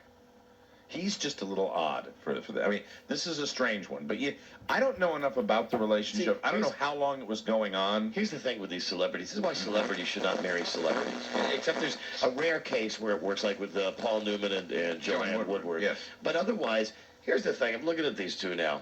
They're happy right now because she's a gigantic movie star. She gets her ass kissed. She can go anywhere she wants. He's the hottest thing in country music. Even guys like me that don't like country music like Kenny Chesney. Now, that star is not going to burn forever. No. For either of them. No. And for whichever one of them it is where it fades first, and in this case probably be her because he's country and he could be a country singer like Merle Haggard for 70 years old. like a NASCAR driver his whole goddamn life. At some point, because like I'm reading the reports that they're so happy together, and they've only known each other 3 months, and it was a spur of the moment thing, and she's loving the fact that she's getting on a plane and going to a concert with him, and that he's going to come and be at an opening for a movie. As soon as she starts to hit the wall, and it's a fact with an actress, it's a fact. Everybody knows you've got the certain years where you get the certain roles, right? Then after that you get the other roles, and then in Hollywood, forget it. Right. Yeah. If you're a woman, forget it. It depends on how her ego will handle the inevitable. Even the biggest stars, the nature of the business, she will not be getting the same volume of movie roles that she gets now. That's just a reality in Hollywood. She might, though, still get more movie roles. And in any event, I predict she'll dump him 6 months from now, which would be about a week before Thanksgiving. That would be. So you're saying she'll dump him? I do think so. Yes. Okay. Yeah. All right. She'll tire of him. Yes. I might be with Buzz on that because regardless of her career, she's also the one that. She's been just like a conveyor belt, right, with these guys in her lives. Don't forget James Carey. She was a game. And who's the guy? That's when she went all weird when she started dating Jim Carrey. And who's the guy in some band that she was just with right before White this guy? Stripes, what's his name? Jack White? Yeah, Jack. Yeah, that's White the guy. Stripes. Right. That's who she dumped to go with Chesney. Okay, I'm going to say they don't last a year. I don't know who's going to leave who, but it's not going to last a year. All right, Buzz has 6 months. I have 3 months. I think the marriage will last forever. All right. And yield thousands of beautiful children. There you go, Hopeless Rob. romantic. Rob finally taking the high road and being an optimist. That's right. She'll just keep squinting. She won't even know she's married. Mike, I've got a couple of news items here. I think Buzz is going to have on his news story that are going to make you sad. Okay. Okay, first, well, this will make you happy, but there's some sad news. What's the best kind? What's about George Lopez's kidney transplant? Oh, no, I hope there haven't been any complications. How did it go? Well, we're going to find out tomorrow night when he's profiled on Primetime Live. Oh, God. Which means we'll have a great show Friday with all the tapes. It hasn't even been a month, and I feel alive. I feel as good as I did. Bad. I mean, it's unbelievable. Everything is better with my new kidney. Give me a break. That is what George Lopez has So to say. ABC's going to do a report on one of ABC's people. Yes, they are. Oh, how Well, convenient. they did it on Fox last time, so they're doing it on one of their own people They this time. really know how to practice synergy. That's nice. My kidney had been at 18%. hey, bum, they just called. Your kidney's at 18%. Man, how did that happen so quickly? Wow, I better get a new one and fast. Man, I got my new kidney. I don't have the blues no more. Can you find that? I'm the bleacher bum. Because we're going to be ODing on this come Friday when we've got the tapes of him on TV. You lost half his The worst TV movie prior to riding in the car with my sister. So you should see these. Traffic and weather every 2 minutes on Sports Radio WDA. These numbers can't be right. I can't lose half my audience in 3 days. Well, you did. I can't lose half my kidney in 3 days. I don't understand this. Where did it go? Where has it vanished to? Rob, where's the one where the guy says at the very end? Find the one where the program director says to him, you can do the show you want with gardening. Oh, yeah. Was he here? Yeah. Anything you want. Call me. Get a new shirt. Bum? Damn. Hey! There you are. Ratings today. I mean, you buried the hitman. I just got out from corporate. They want you back. Your old slot. But your way. Sports, self-help, home improvement, gardening, anything you want, hey. Oh, my goodness! I love you, man. Yeah, I love him so much. There they are. Battle of the worst TV movies of the year. Naughty or nice? Naughty or Nice against Riding in the Car with my sister. Riding on the bus with my sister. Thank you! You're welcome, Rob. Now, Mike, this one is going to make you sick. Okay. So you're just going to want to center yourself for a second. All right, I'm relaxed and Center centered. yourself. Are you centered, Rosie? Yes. All right, you're distracting me, Rosie. Here you go. Oh, that is that. Well, that's good. Why don't you keep quiet over there, okay? Okay, Mike? Yes. You know Kevin James? Yes. TV star Kevin James? Yes, and TV star, golfer, movie maker. Okay, so we have a history with Lisa Remedy, and I know her name is really Leah Remedy, on King of Queens. Used to be friends with her. We kind of know Kevin James. Somehow the King of Queens show has hung on, and it's been renewed for another year. 8th year. Yes. Would you like to guess how much per episode Kevin James will be getting for the King of Queens? 150 grand. My man, would you like to try $500,000? $500,000 an episode. That's They do 23 episodes, which means Kevin James will be paid over $10 million for putting out that dog-ass show for one more year for the Columbia Broadcasting System. Man, oh man, give me a break. Okay, so there you go. That's the news about him. Wow. 10 mil. $10 million for Kevin James. Over 10. I hope Leah's getting her cut. And also on our website, we had mentioned the Tony Danza thing. Rob said that's $30,000. That's $130,000 per laugh. I think you're being too generous. Well, I counted smirks and giggles. No, I think you're being too generous. After the show today, we'll have the link up on our website for Tony Danza's go-kart thing. We talked about it yesterday. Yeah. We finally did get the link. You can try He it wasn't yourself. hurt, thank God. Yeah, WFTV.com is where they have it, but we will have the absolute link on our website. And I only got time for one more thing. Oh, it's about Robert Blake. Ah, yes. But now, What is he doing now? Now, yesterday, I love finding out stuff about Robert Blake. Sure. This is so nuts. Yesterday, They're talking to me. They're talking about me on that radio show I like so bad. yesterday I told you about his list of celebrities that he wanted to come and speak on his behalf Right. as character witnesses. It's bizarre list of celebrities. Okay. Well, somebody in Los Angeles, the story had gotten out, and somebody in Los Angeles thought it was a goof.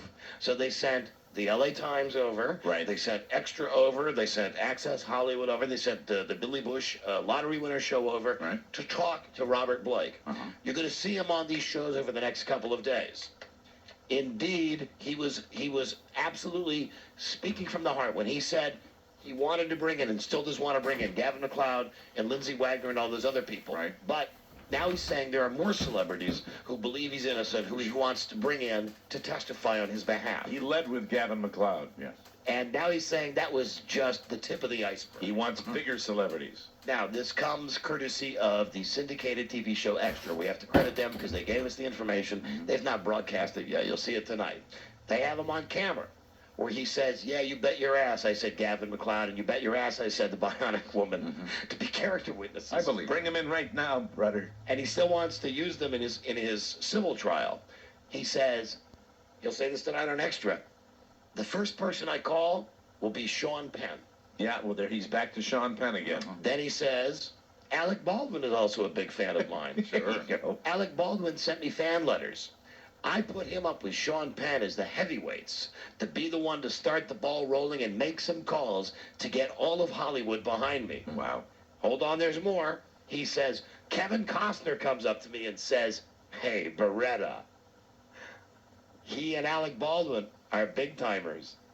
Then he says, and don't forget about my good friend, John Travolta. Oh, yeah. Big fan. Sure, Vinnie Barbarino. Real important fan. World-class fan. Right. And the one celebrity that he wanted to just mention the name about but wouldn't say the participation, but they were sure would come and speak on his behalf, Robert De Niro. Bobby D. Right. That's going to happen. And I'll tell you something, brother. You're all going to get me out of here. I ain't going to be in this hellhole no more. All my legal woes are going to go by the boards when we get Alec Baldwin and Bobby De Niro talking for me, brother. Great. Those prosecuting attorneys, they won't have any idea what hit them. His list of celebrities. And again, these are people who are just going to say he's a good guy. Hey, if you need to reach me, according to him, I'll be at Vitello's. That restaurant I like so bad. Gavin MacLeod, Lindsay Wagner, Sean Penn, Alec Baldwin, Kevin Costner, John Travolta, Robert De Niro. Right. You say you got evidence? Wait till I bring out the captain of the Love Boat. Right. Hello, Don and Mike show. Hi, how are you? Hi, we're doing great, thank you. Good. Something's wrong with that Renee Zellweger. All right, honey. Well, you said it, we were thinking it. Because I remember reading, she was dating George Clooney, and he broke up with her, and she camped out outside of his house in a tent until he would come out and talk to her. You know what? You are. No, I don't know if that was true, but I remember it from the tabloids. Yeah, you are correct.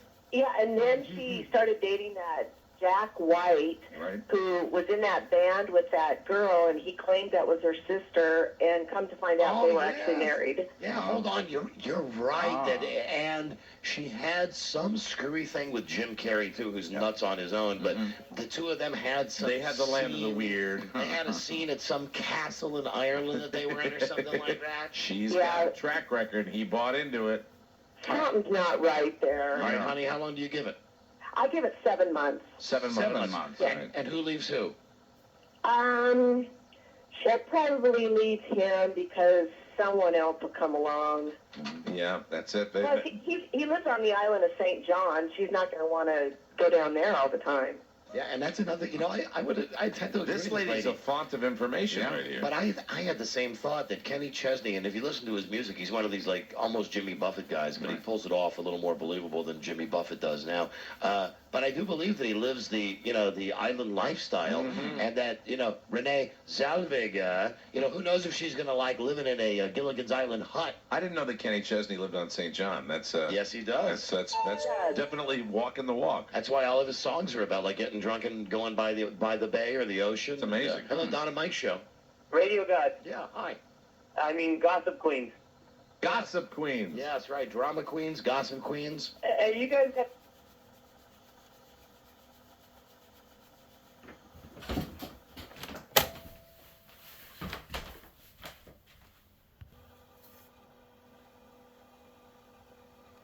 1-800-809-5005. That's 1-800-809-5005.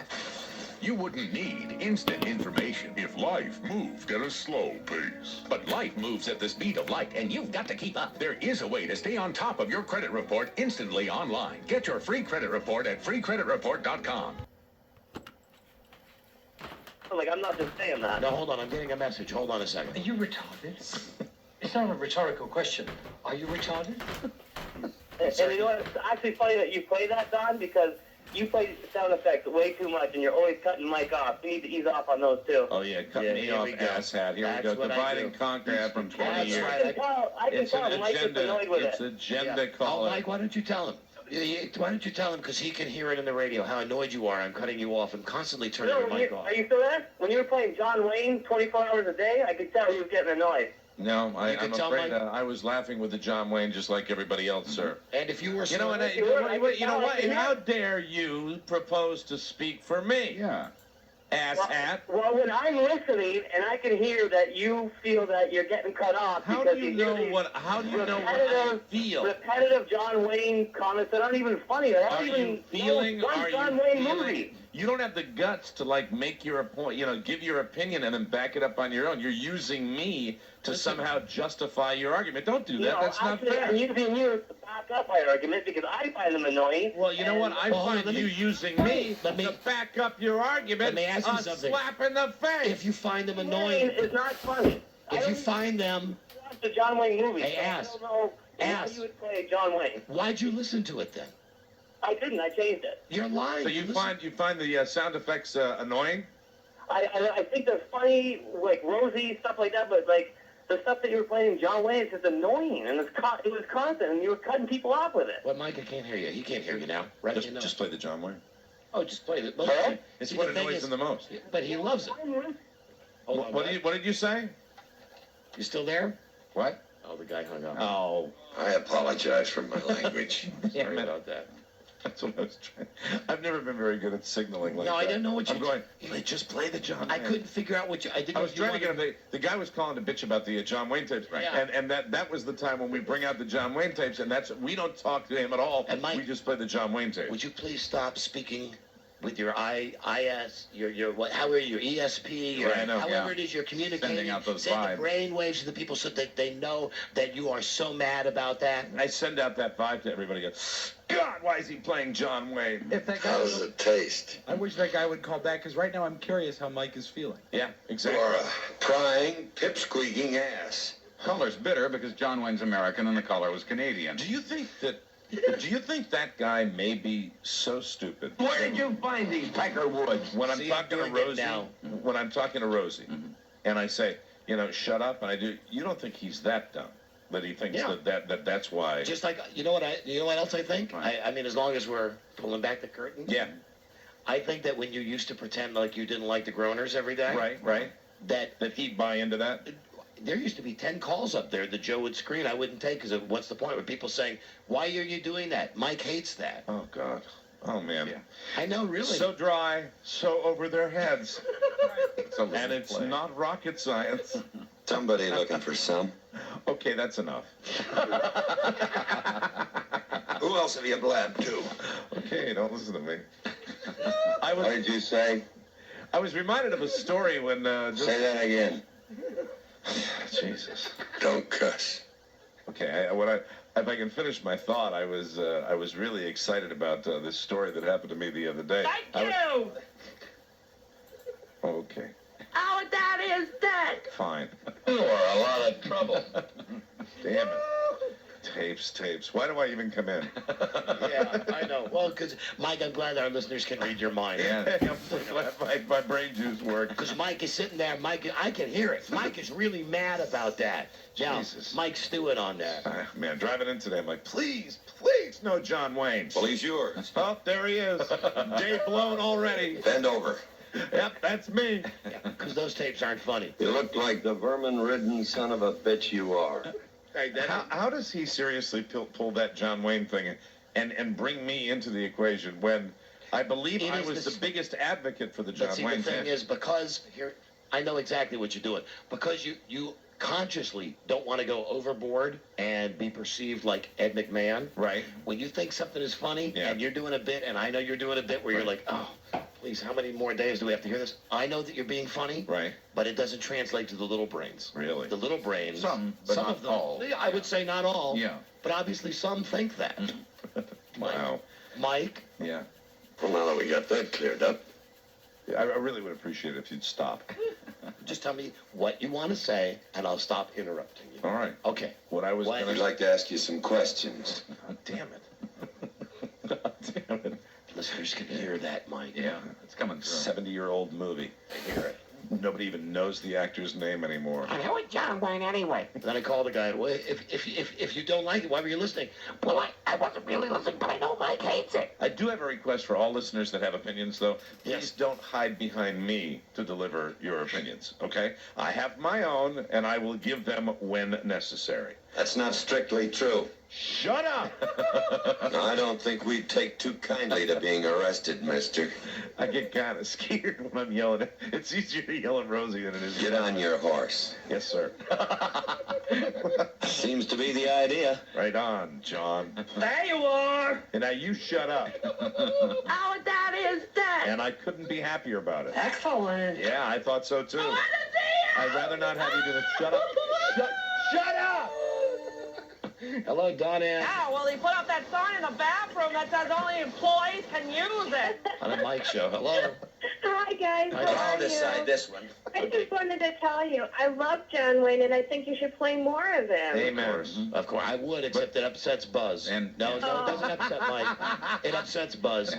Oh, you guys make me laugh. Thank you, honey. Bye-bye. I've needed. Bye-bye. See you later. Thank you very much for the call. I'm sorry, lady. Very Appreciate kind. it. Mike, if you would only stop sending out those subliminal messages. I understand. Now If this is true, you have my sympathy. I'm thinking another thought now. Do you think that guy mistook you for me? That's possible. That could happen too. Yeah. So many layers of dumbness. Hello, Don and Mike show. Hey, so now I'm really confused. Does that mean at the end of the show, Mike really doesn't want to keep on going? No. All right, that's good. That may be the best. Yeah. Sir, thank you for identifying the biggest lie of my day. Some get it. Yes, the last music sounds and I say no. Because I want to stay into the night. Yes. Can we stay? That is it. Hello there, Don and Mike show. Hello. Hello? Hello. Hello? Yes, hi. Hi, can you have John Wayne and Rosie possibly talk to each other? They have. Already done. We No, already... talk to each other at the, like dueling. We did that already. Dude, we've done it. You have to Maybe I'm not so inclined. Come on. learn to listen, listen to learn. Don and Mike, hello. Mike? Yes? Hey, buddy. I've noticed that when you used to say goodnight to yourself before the end of the show, I think that really upset you. I can tell that when you drove home that you were just pissed. Yeah, there are many nights I would be so annoyed at myself, and I just look in the mirror and I go, shut up. Thank you, sir. Thank you. See you later. And why is it everybody can read you guys so well, but they can't read me? Well, you're a man of mystery. How come they don't know that I get in my car every night and go, God, I wish they all were dead! All of them! Interrupting me! SUVs driving by you going, Daddy, Mommy, look at that man in the car next to us. Well, this is the way it's going to be. Yes, sir. Okay, a break here. Yeah. Oh, hold on. We didn't do a feel-good. Well, I'll save it for tomorrow. I'll tell it to you real quickly. A woman killed a guy with a bra.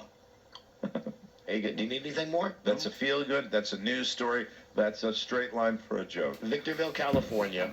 This chick's having a party, and she's got a guy, her neighbor, over.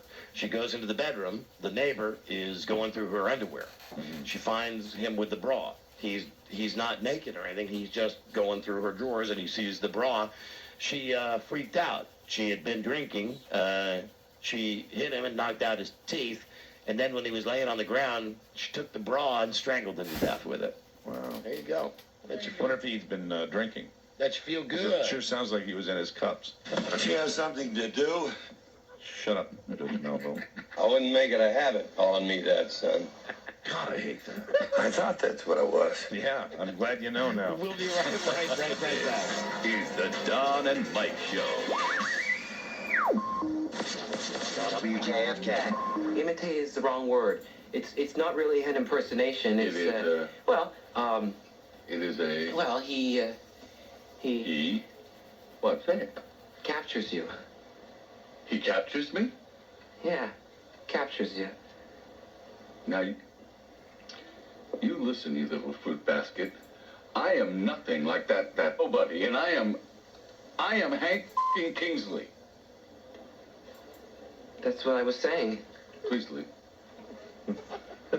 Sorry, did I forget to say now?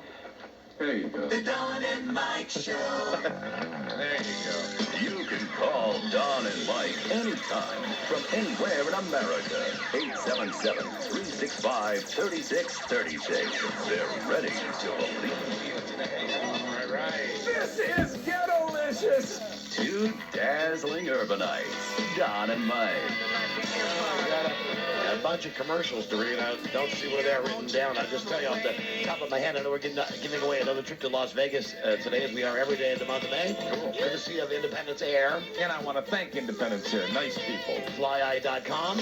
Also, we have NBA playoff tickets. Don't forget Saturday night on ABC. It's the Wizards and the Heat in prime time on the ABC TV network. Now, we'll give away the trip to Las Vegas.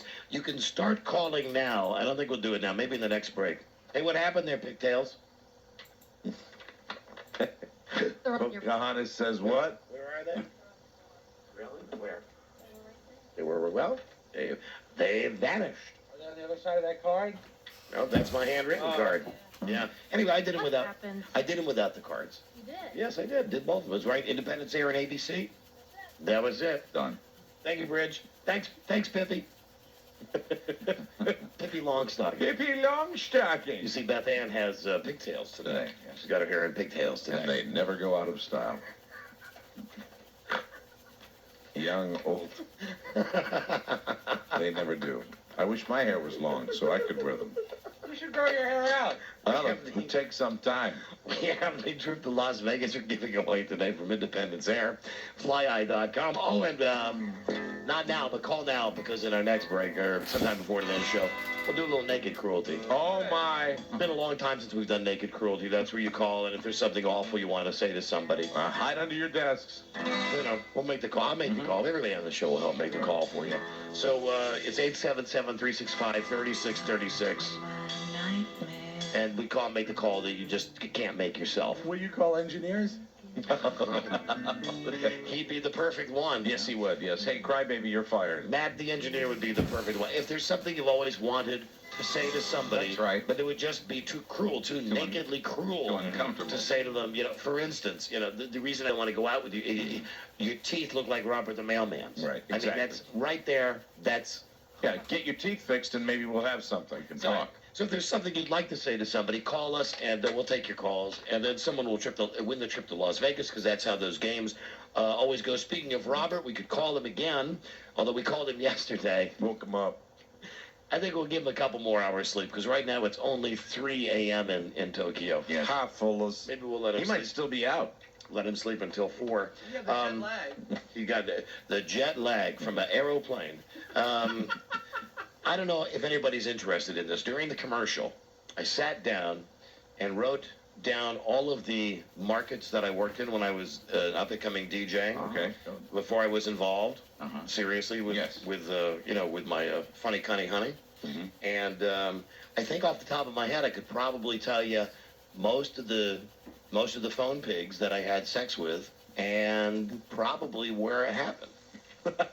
Wow. Well, what are you proposing to do? Are you proposing to name names, or No, I are don't- you proposing to give us numbers per city? Yeah, that's what I'm thinking. I could do it. You're basically going to say, well, there was Nina Menasco, and there was one in the trailer, one in the... That's kind of what I'm thinking. Uh-huh. That's kind of what I'm thinking. Would you be interested in that? I would. Sure. All right. Absolutely. Okay, then as I write down, and I'll tell you... What city are we going to start with? Well, we start when I got into radio, and that would be in Rockville, Maryland, Okay. at Winks, when I was 13. No sex there. Okay. I never got laid at Winks, except for that time that Big Don O'Brien did. when he was wink wink showing you the business. But that was all good touch anyway. There's no bad touch there. It was all good touch. Where'd you move on to? Then we moved to Wisconsin. And it was in Beloit, Wisconsin. That's the first station that I ever worked at full time when I was, I think, in 10th grade. And at that radio station, which was a 250-watt AM station at 1590, I got laid 3 times at that station. Good start. All right, let me ask you a question. Yep. Why are you doing this? What is the inner desire you have to share this? I'm not speaking from anything perspective, anything other Well, I would than... hate to do something that you disagreed with on the show. You know what happened? People call. If you would feel more comfortable, Mike. We ain't going in looking guilty. Right. I can play more tapes for you. Well, I don't know. I just I think you may be getting yourself in trouble at home by doing with it. her? No, I don't know. think. Listen, the past is the past. I don't Right, think. right. One thing that I think my wife and I both agree on is that listen, she was with thousands of men before. She was with me. My God. He's not going to get in any trouble. I'm kidding.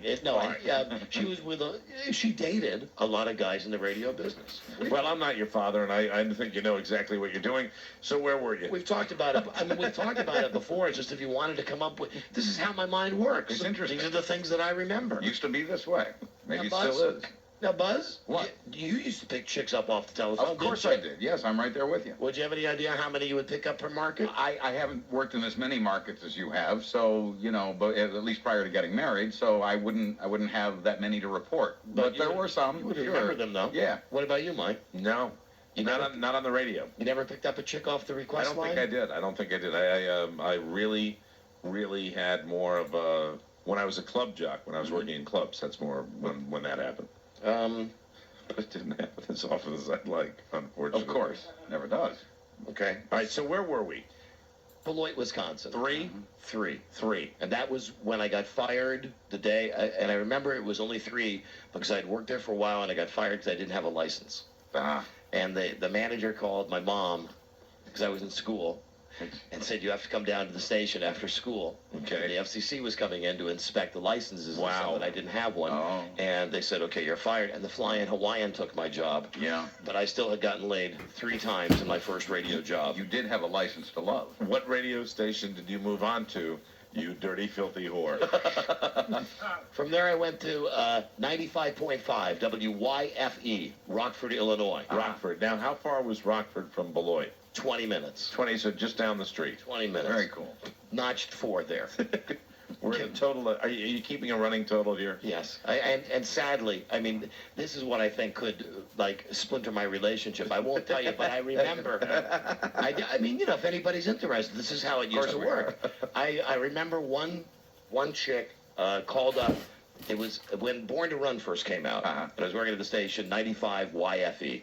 And it was on a 4.5-minute cart. Right. And the song was 4 minutes and 26 seconds long. It was like the first time I'd heard it or the second time I'd heard it. And it was 95 YFE, waited for it to recue. And then, because I had just gigantic stones, I played the same record twice in a row. Right. Because this is like the best record I ever heard. YFE. Anyway, I go to the request lines, and there was some girl, I love this song. Did you play this song twice in a row? And I remember where she lived. She lived by... Oh, God, what was by a Walgreens. She lived by a Walgreens. Really? That was the first girl that I ever picked up, and she didn't want to... You don't remember the name? Well, I mean, if a woman made an impression on you, if the liaison none of was these women, significant. In all of these... And God, I'm looking at the clock now. If I go through the entire list, I'll tell you there's probably only one woman on this entire list from all of these radio stations who I even remember the name of.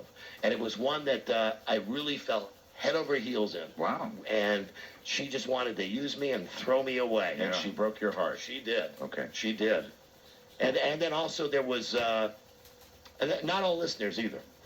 I'm going to include station employees. We're in Rockford now. Yes, we're in Rockford. All right. And in Rockford, at the first station, at the FM station, there were 2 listeners. Oh, I thought there were 4 in Rockford. Well, then there was 2 more at the other station in Rockford. Oh, you moved to another. So we're right. So there was WYFE FM where there were 2, and then WROK where there were 2 more. What station do we go to next, Wilt?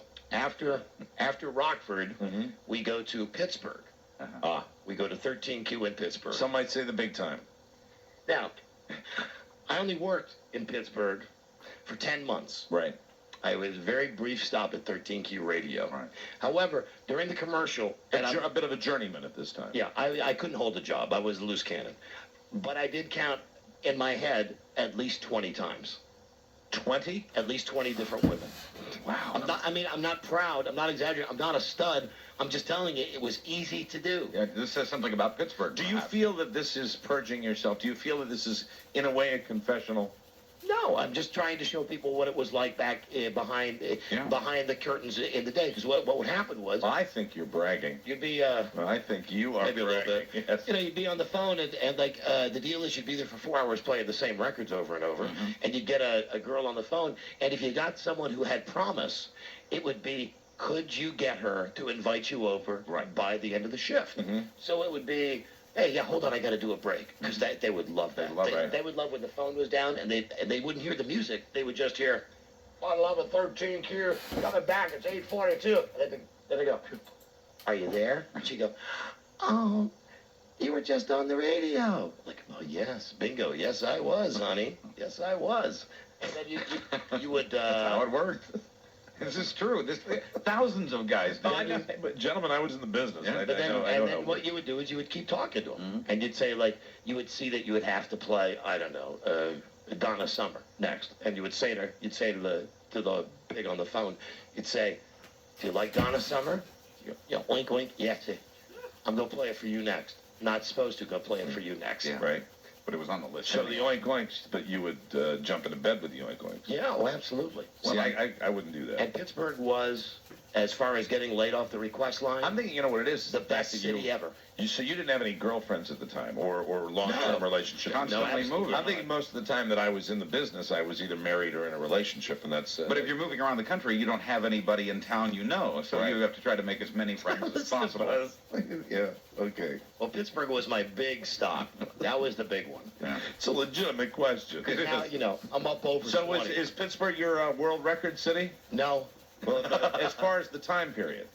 No. Really? Okay. No, because after Pittsburgh, it's back down a step, back to the minor leagues. Right. Back down to Appleton, Oshkosh, and Milwaukee, Wisconsin. Yeah. Which, as it turns out, is a very, very fruitful time for me. Really? Very fruitful time for me. Wow. Because I count over 26 different encounters. I'm working at 2 stations at once. Right. Okay, I was working at the station in Appleton, which is a smaller town by Green Bay, and working weekends in Milwaukee at WOKY, which is the big station. Yes, right. So I would get the local talent during the week. Right. Then on the weekend, I'd drive to Milwaukee. You use the term talent loosely, though. They were all pigs. So when did you? Here's my question: when did you start getting a little more discriminating? Because I remember the story about the driving around the block. Oh yeah, well that happened. I mean, I'm just telling you about the times that I hit it out of the park. Right. They were with all of these success stories about my fantastic prowess. There was an equal number of times that there would be that I'd say, you know, okay, I'll meet you in front of Hardee's, and she'd say, okay, how will I know you? I'm driving a blue car. Might have a red car, and she'd say, I'll be wearing a yellow windbreaker, and I'd go by and I'd see a pig, and I'd decide, you know, okay, is it worth it or not? No, you just keep going because you're driving the wrong. So there was a lot of times that it didn't happen. But I would say Pittsburgh was great. Appleton, Oshkosh, though, and Milwaukee, that was the all-time show stopper. Right. I'm lucky that I'm alive today. All right, at this stage, how many incidences of venereal disease were there? I never had anything. Yeah, but at this point, I'd been with almost 50 women. Right. That's what I'm counting. I had been with nearly 50 all women. virgins. Far from it. I mean, far freaking from it. During this, and I'm talking about the whole time here, the oldest. Oh, when you were... Mike, I don't know their exact ages, but at the time I was 17, I'd say at least I was between 15 and 17. There, in cases, 3 times my age. Okay. You know, I'd be with a chick that was 45 or 50. Right. It's wonderful. They need love, too. So there's Absolutely. some of your conquests are no longer with us. I'm very sure.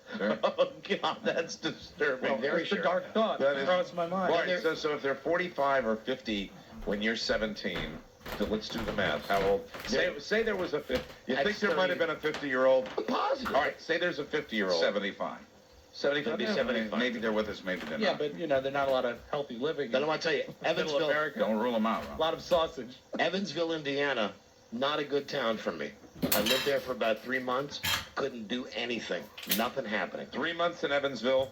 Very surprising as well. Got my big shot in New York City, right at 99X. Worked there about a year. Only 2. Only 2. And that was, and I think that's because I was scared of New York at that point. That was 19... Scared to go to people's houses. 1977. Yeah, I mean... strangers and chop you up, put you in a box. That, Mike, that was, well, Buzz will tell you, and you know it from being in the business. Right. That was how it would go. I mean, the girl would call up and you'd say, okay, where do you live? Because you never wanted her to come into your apartment. Right. And you would always just go walking in like, you know, hey, it's me, the DJ. Well, and they're doing the same thing you're doing, basically. Sure they are. Of course. Sure they are. No, they're It's not. mutual. No, they're not. What do you mean? Well, I think that they all fell in love. Yeah. That's right. Right. Keep thinking that. They all left. You left in the morning. See ya. It's a free rush. I'm getting Studman leaving now. No, don't go, Donnie. Because remember, and I'm not lying about these numbers. I'm not proud of it. But I'll just play this. This was me then when I was getting all this. Yeah. You know. It's me when I would really get laid. 7:01. I am Big John Geronimo. Upcoming this hour, I will be revealing another one of the prizes in the Super Stash on Summer Score. Keep it here on the main music mother, Blue 128. And now I understand. There you go. Intoxicating. Hello, Big John. Well, we're running out of time. Oh, no. Indianapolis was very good to me. I worked at 2 different stations in Indianapolis. Yeah? Loved it.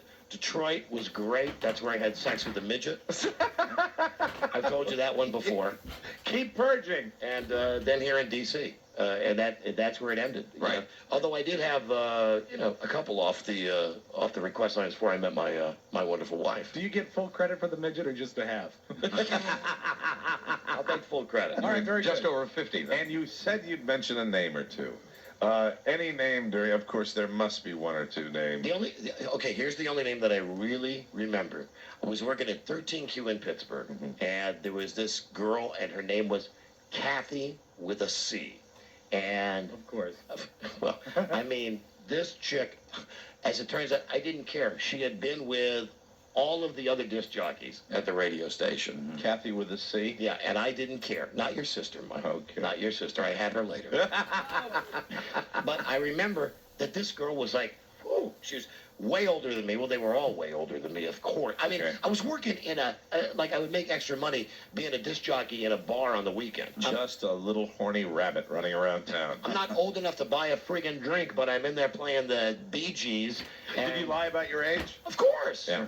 How old are you? 25? 25, ma'am. 25. Meanwhile, I don't have any hair anywhere on my body.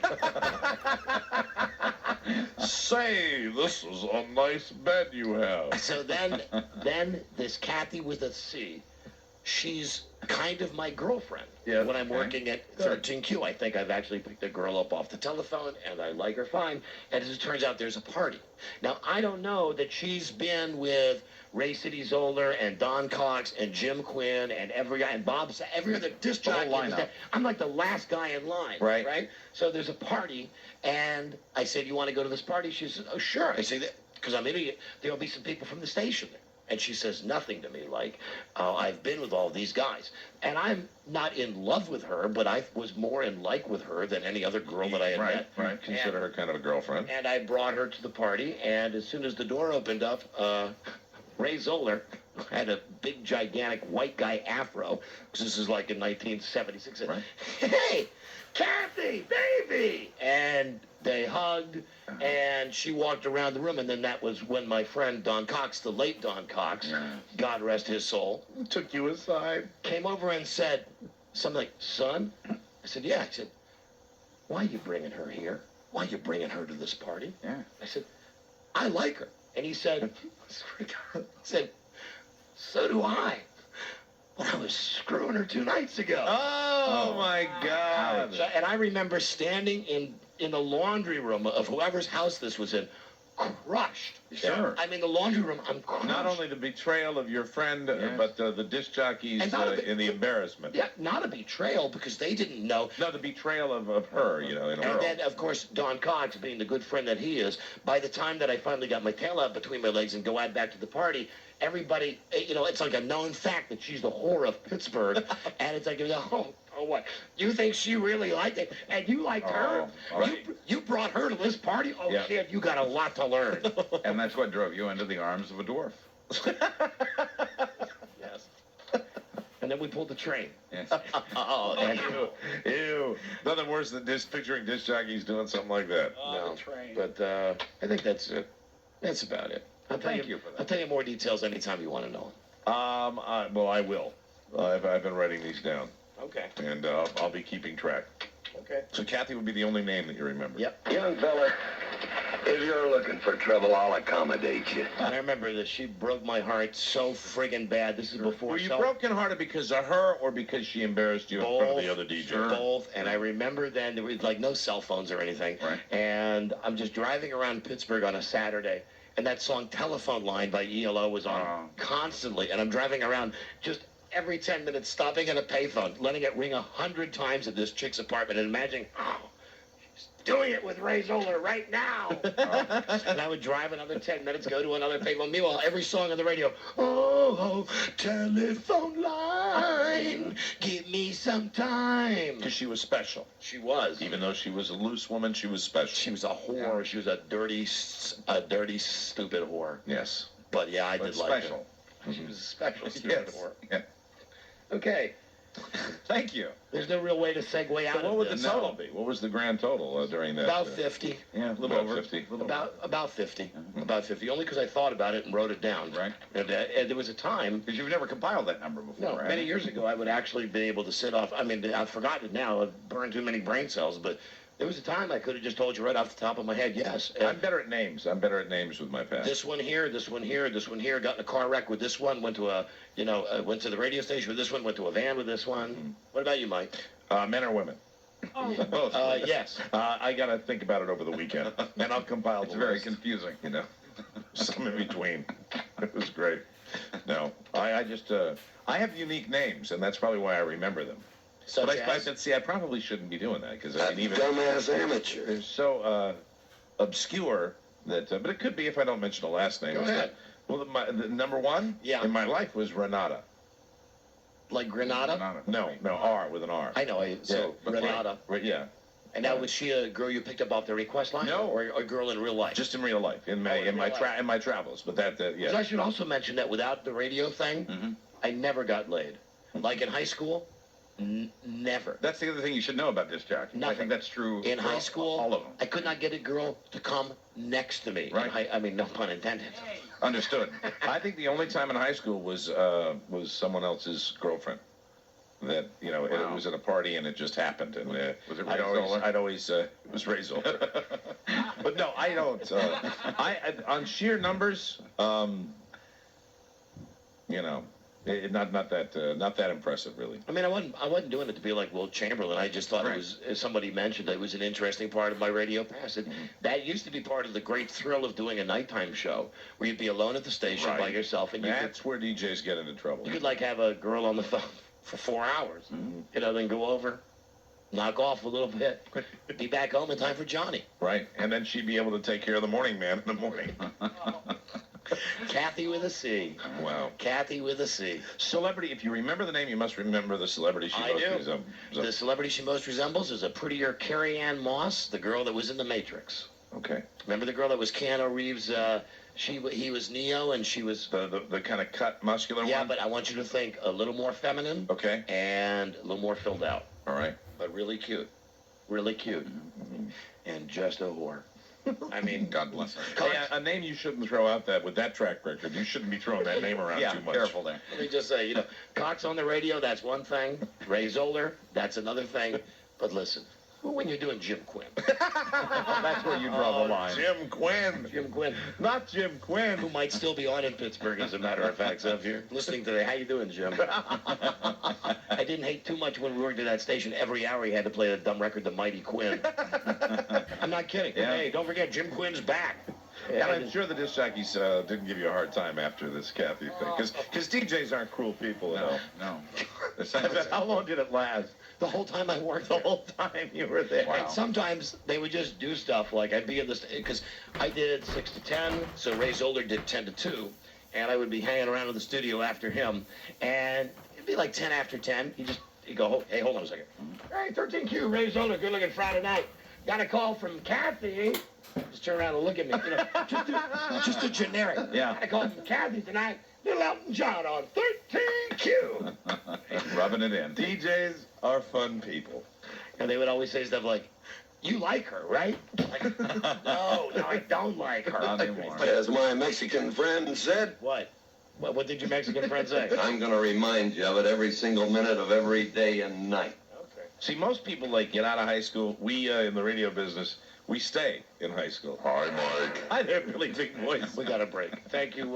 There you go. That's a little slice of... No, thank you.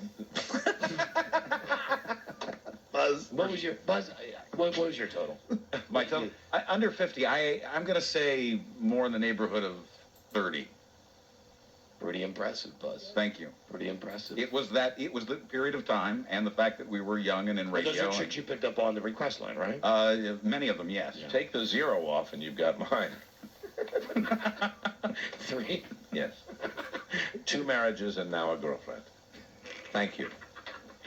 I appreciate the interest. I won't be saying anything more on the subject. You're a funny man. How about you, Rob? Just the one I married. Just the one you married. There you go. Right. For Buzz, it was easier, though, because he had the same excuse every time. We must act fast. Tomorrow I ship off to Germany. Where it will be cold. Yeah, it works. Let's see. We got the... Naked Cruelty. I almost forgot about that. Those calls for that game, it will give away the trip to Las Vegas. Some might say what you were just talking about was naked cruelty. Right. So long. Please come back. Hi, Mike. Or is he just a giving lover? Kathy. Kathy with a C. She's had the whole team, pal. Don. And they're all at this party. And Don Cox. Here's the picture of Don Cox I'll leave you with. You got to picture Burt Reynolds, like after his Smokey and the Bandit days, as he's starting to go downhill. Oh, no. This is what Don Cox looked like. Wow. And he had the cowboy hat and everything. Oh, man, And with like the tight shirts. Yeah, and he'd pull me aside and come out of the laundry and go, son, come here. I screwed her last night. Thanks for the tip. Ouch. Thanks, cowboy. Thanks. Cox on the radio. See, it's cowboys. They want to play cowboys in India. We got a break. We'll be back with your calls for the Naked Cruelty. This is the Don and Mike Show. I'm laughing because I know why you played that, and it's just funny. Thank you. Noted Caucasian. Yep. Don Geronimo and Mike O'Mara. We're going into that land now. No, we're not. Check out our website and get a chance, www.donandmikewebsite.com. And what's new up there? Oh, you got to check out the pictures of Robert the Mailman's teeth. Yeah. We found a dentist, incidentally, to take care of his teeth. Yeah. Is it a trauma surgeon?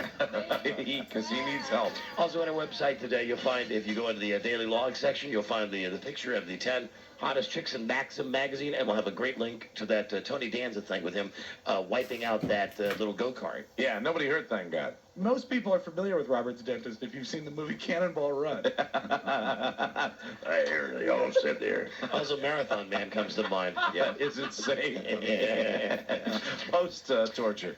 Tomorrow on the show, we'll talk about, since we brought up that creepy mayor in Spokane, all of our listeners on the K-Fan radio in Spokane have called and emailed and written and faxed all this crap about this mayor. So we'll talk about him tomorrow because there's more to that than we had even thought. Okay. Also tomorrow, the Wizard Heat playoff tickets. Yeah. We'll give you another trip to Vegas.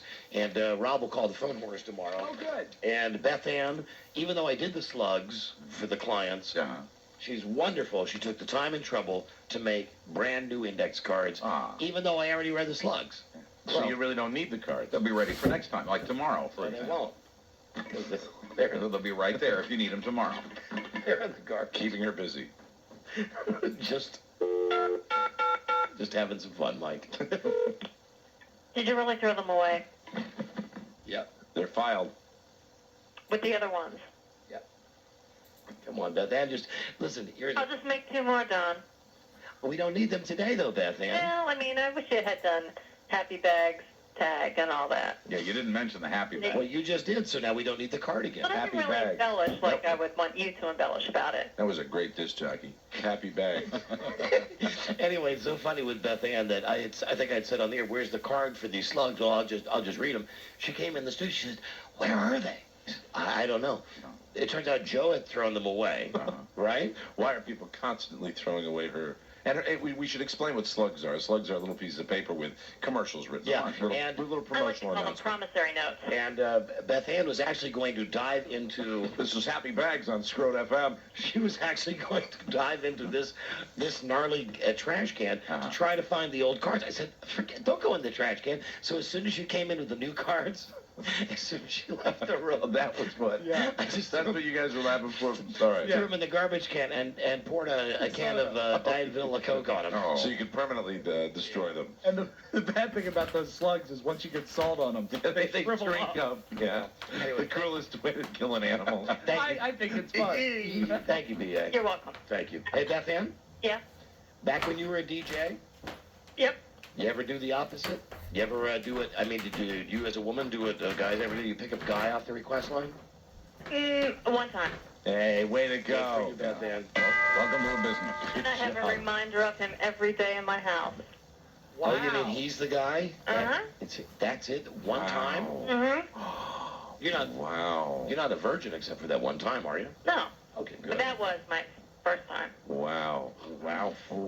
First time. Yeah. A cautionary tale. First time, long time. God's cruelest trick. Just kidding. God's naked cruelty.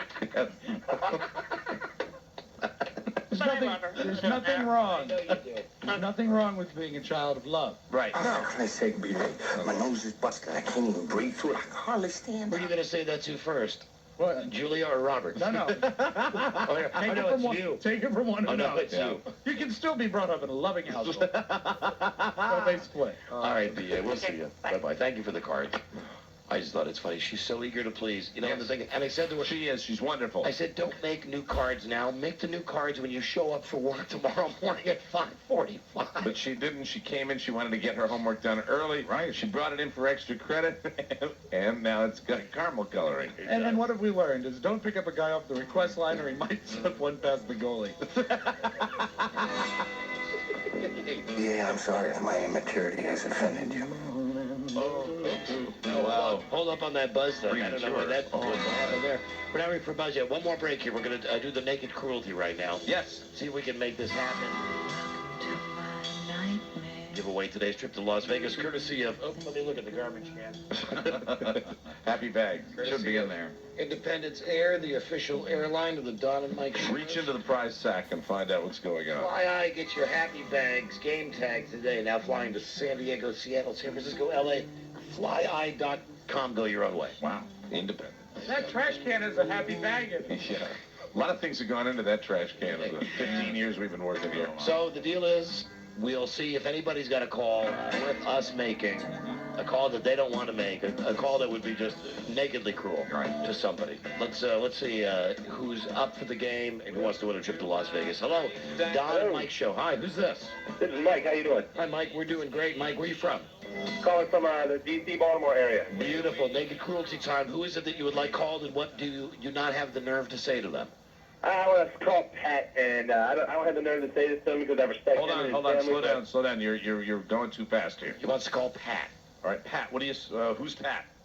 Pat's a good friend of mine. I've known him for probably about 4 or 5 years now. All right. Hi, Known his Pat. mother and his father for a long time.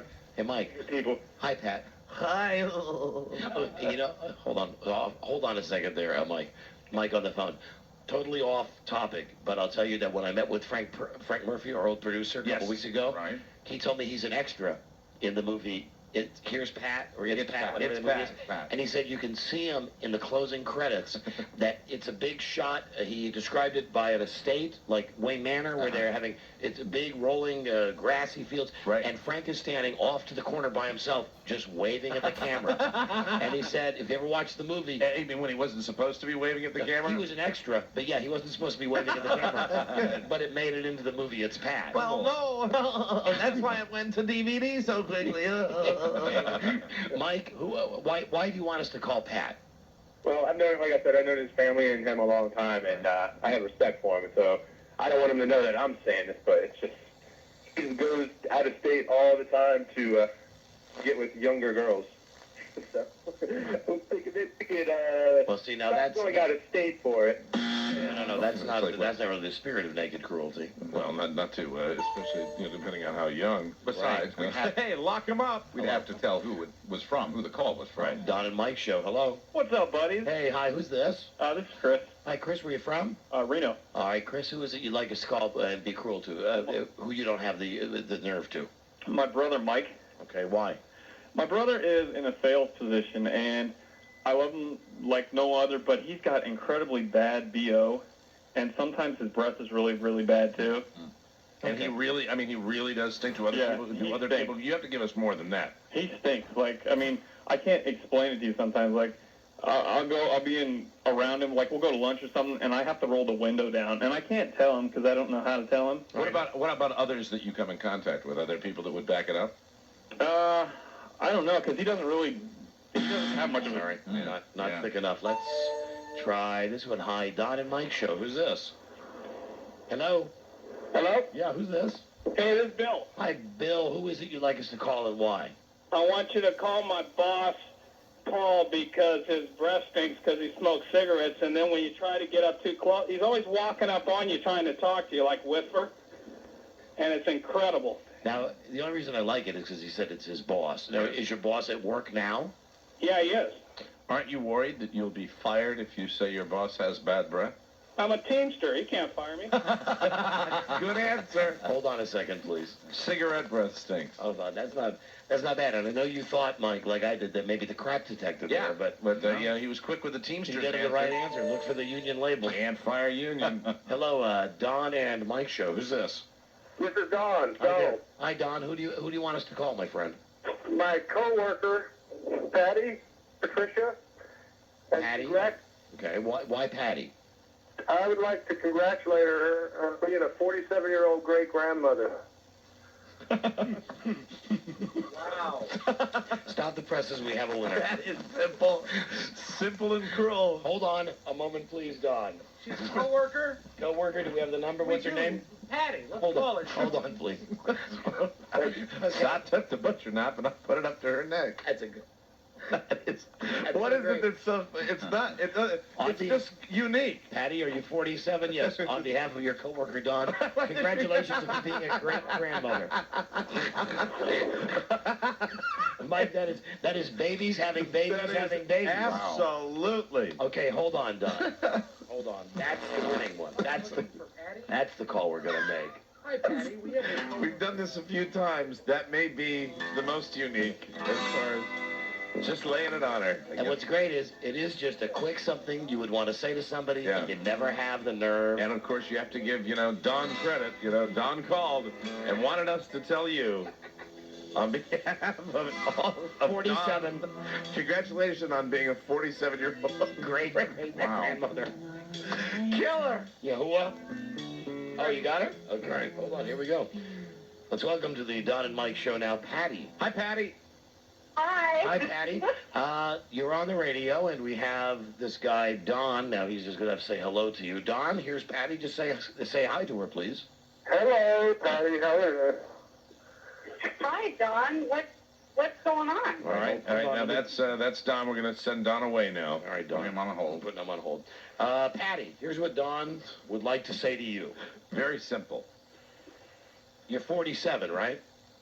Yes, I am. Congratulations on being a great grandmother at 47. There you go. Yeah, funny. Jesus Christ, Patty. I mean, Patty, what is... Patty, I'd like to hear the... Babies having babies. I'd certainly like to hear the ages and the kids. Well, it's got to be, I've just done the math. Somebody was under 16. Somewhere along the ride. They get real fertile about that. Patty, of course, this is naked cruelty, and we just had to tell you that. But if you'd like, we'd love to hear the ages, and maybe, no names have to be included. But Well, thank God for that. who had what when? Okay, I had my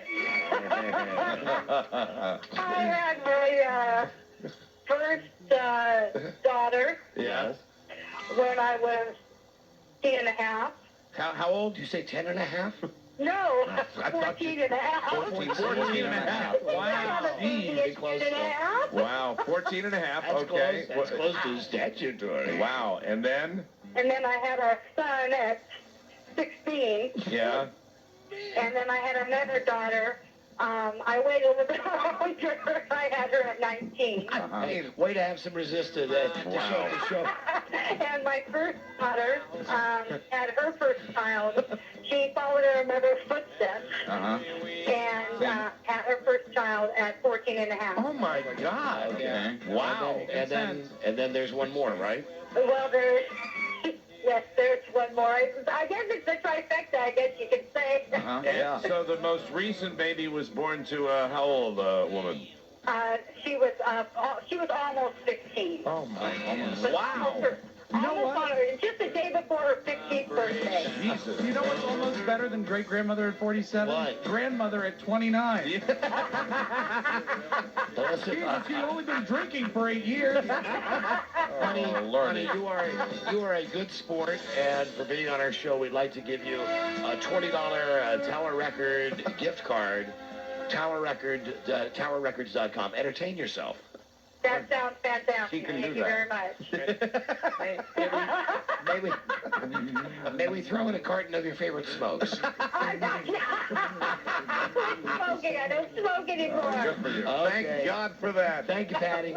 Hold on a second for your prize. Hold on a second. That's Peppermint Patty. Don't you know she quit smoking after she quit procreating? Yeah, that's right. But it's good she quit smoking because, you know, she wants to live to see her kids graduate. And now let's go to Don again. Hey, Don.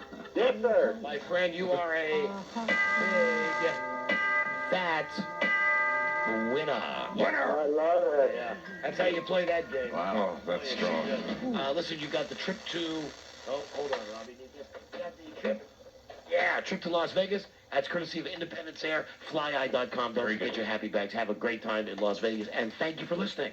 Thank you. That's great. Thank you. That's just great. In a world where owning a radio was strictly forbidden, Verboten. one man found a way to bring good news to his people. There he is. Me. He made it up. So, Don, have you wanted to say that to her for a long time? Well, yeah, but it's kind of an awkward thing. But now that the water's been broken, I guess. Repeatedly. Yeah, the water was broken when she was 14 for the first time. Oh, that's a good one, Don. Yeah. Really. Don, do you suppose that Patty is still active? Because it's possible she could give birth to, I guess, the child's own great uncle. Yeah.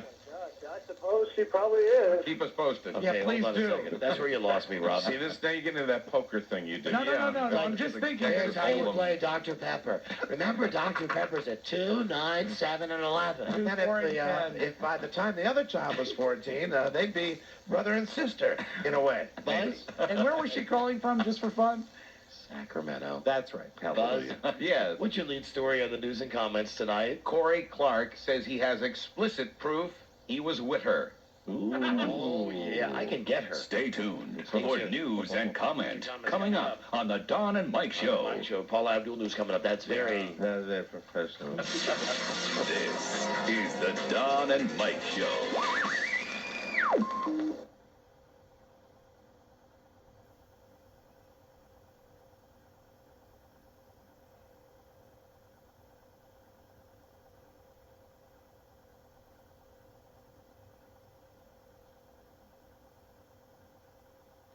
I mean, I tuned it in for 2 seconds, much like the way I tuned in the Ellen show last night. Right. I stayed long enough to know that it blew. Oh, it was so terrible. Turn it on to know that, then? It worked so hard to be not funny. Well, here's the thing. I was going to give her the benefit of the doubt and say, all right, I'll buy into this whole thing that she's been a star for 50 years, and she's like trying to goof on Hollywood. Right. Okay, I'm in on that. I would like an inside joke, even though I'm not inside Hollywood. Right. Jokes? But yeah, I get jokes. Thank you, sir. I get jokes.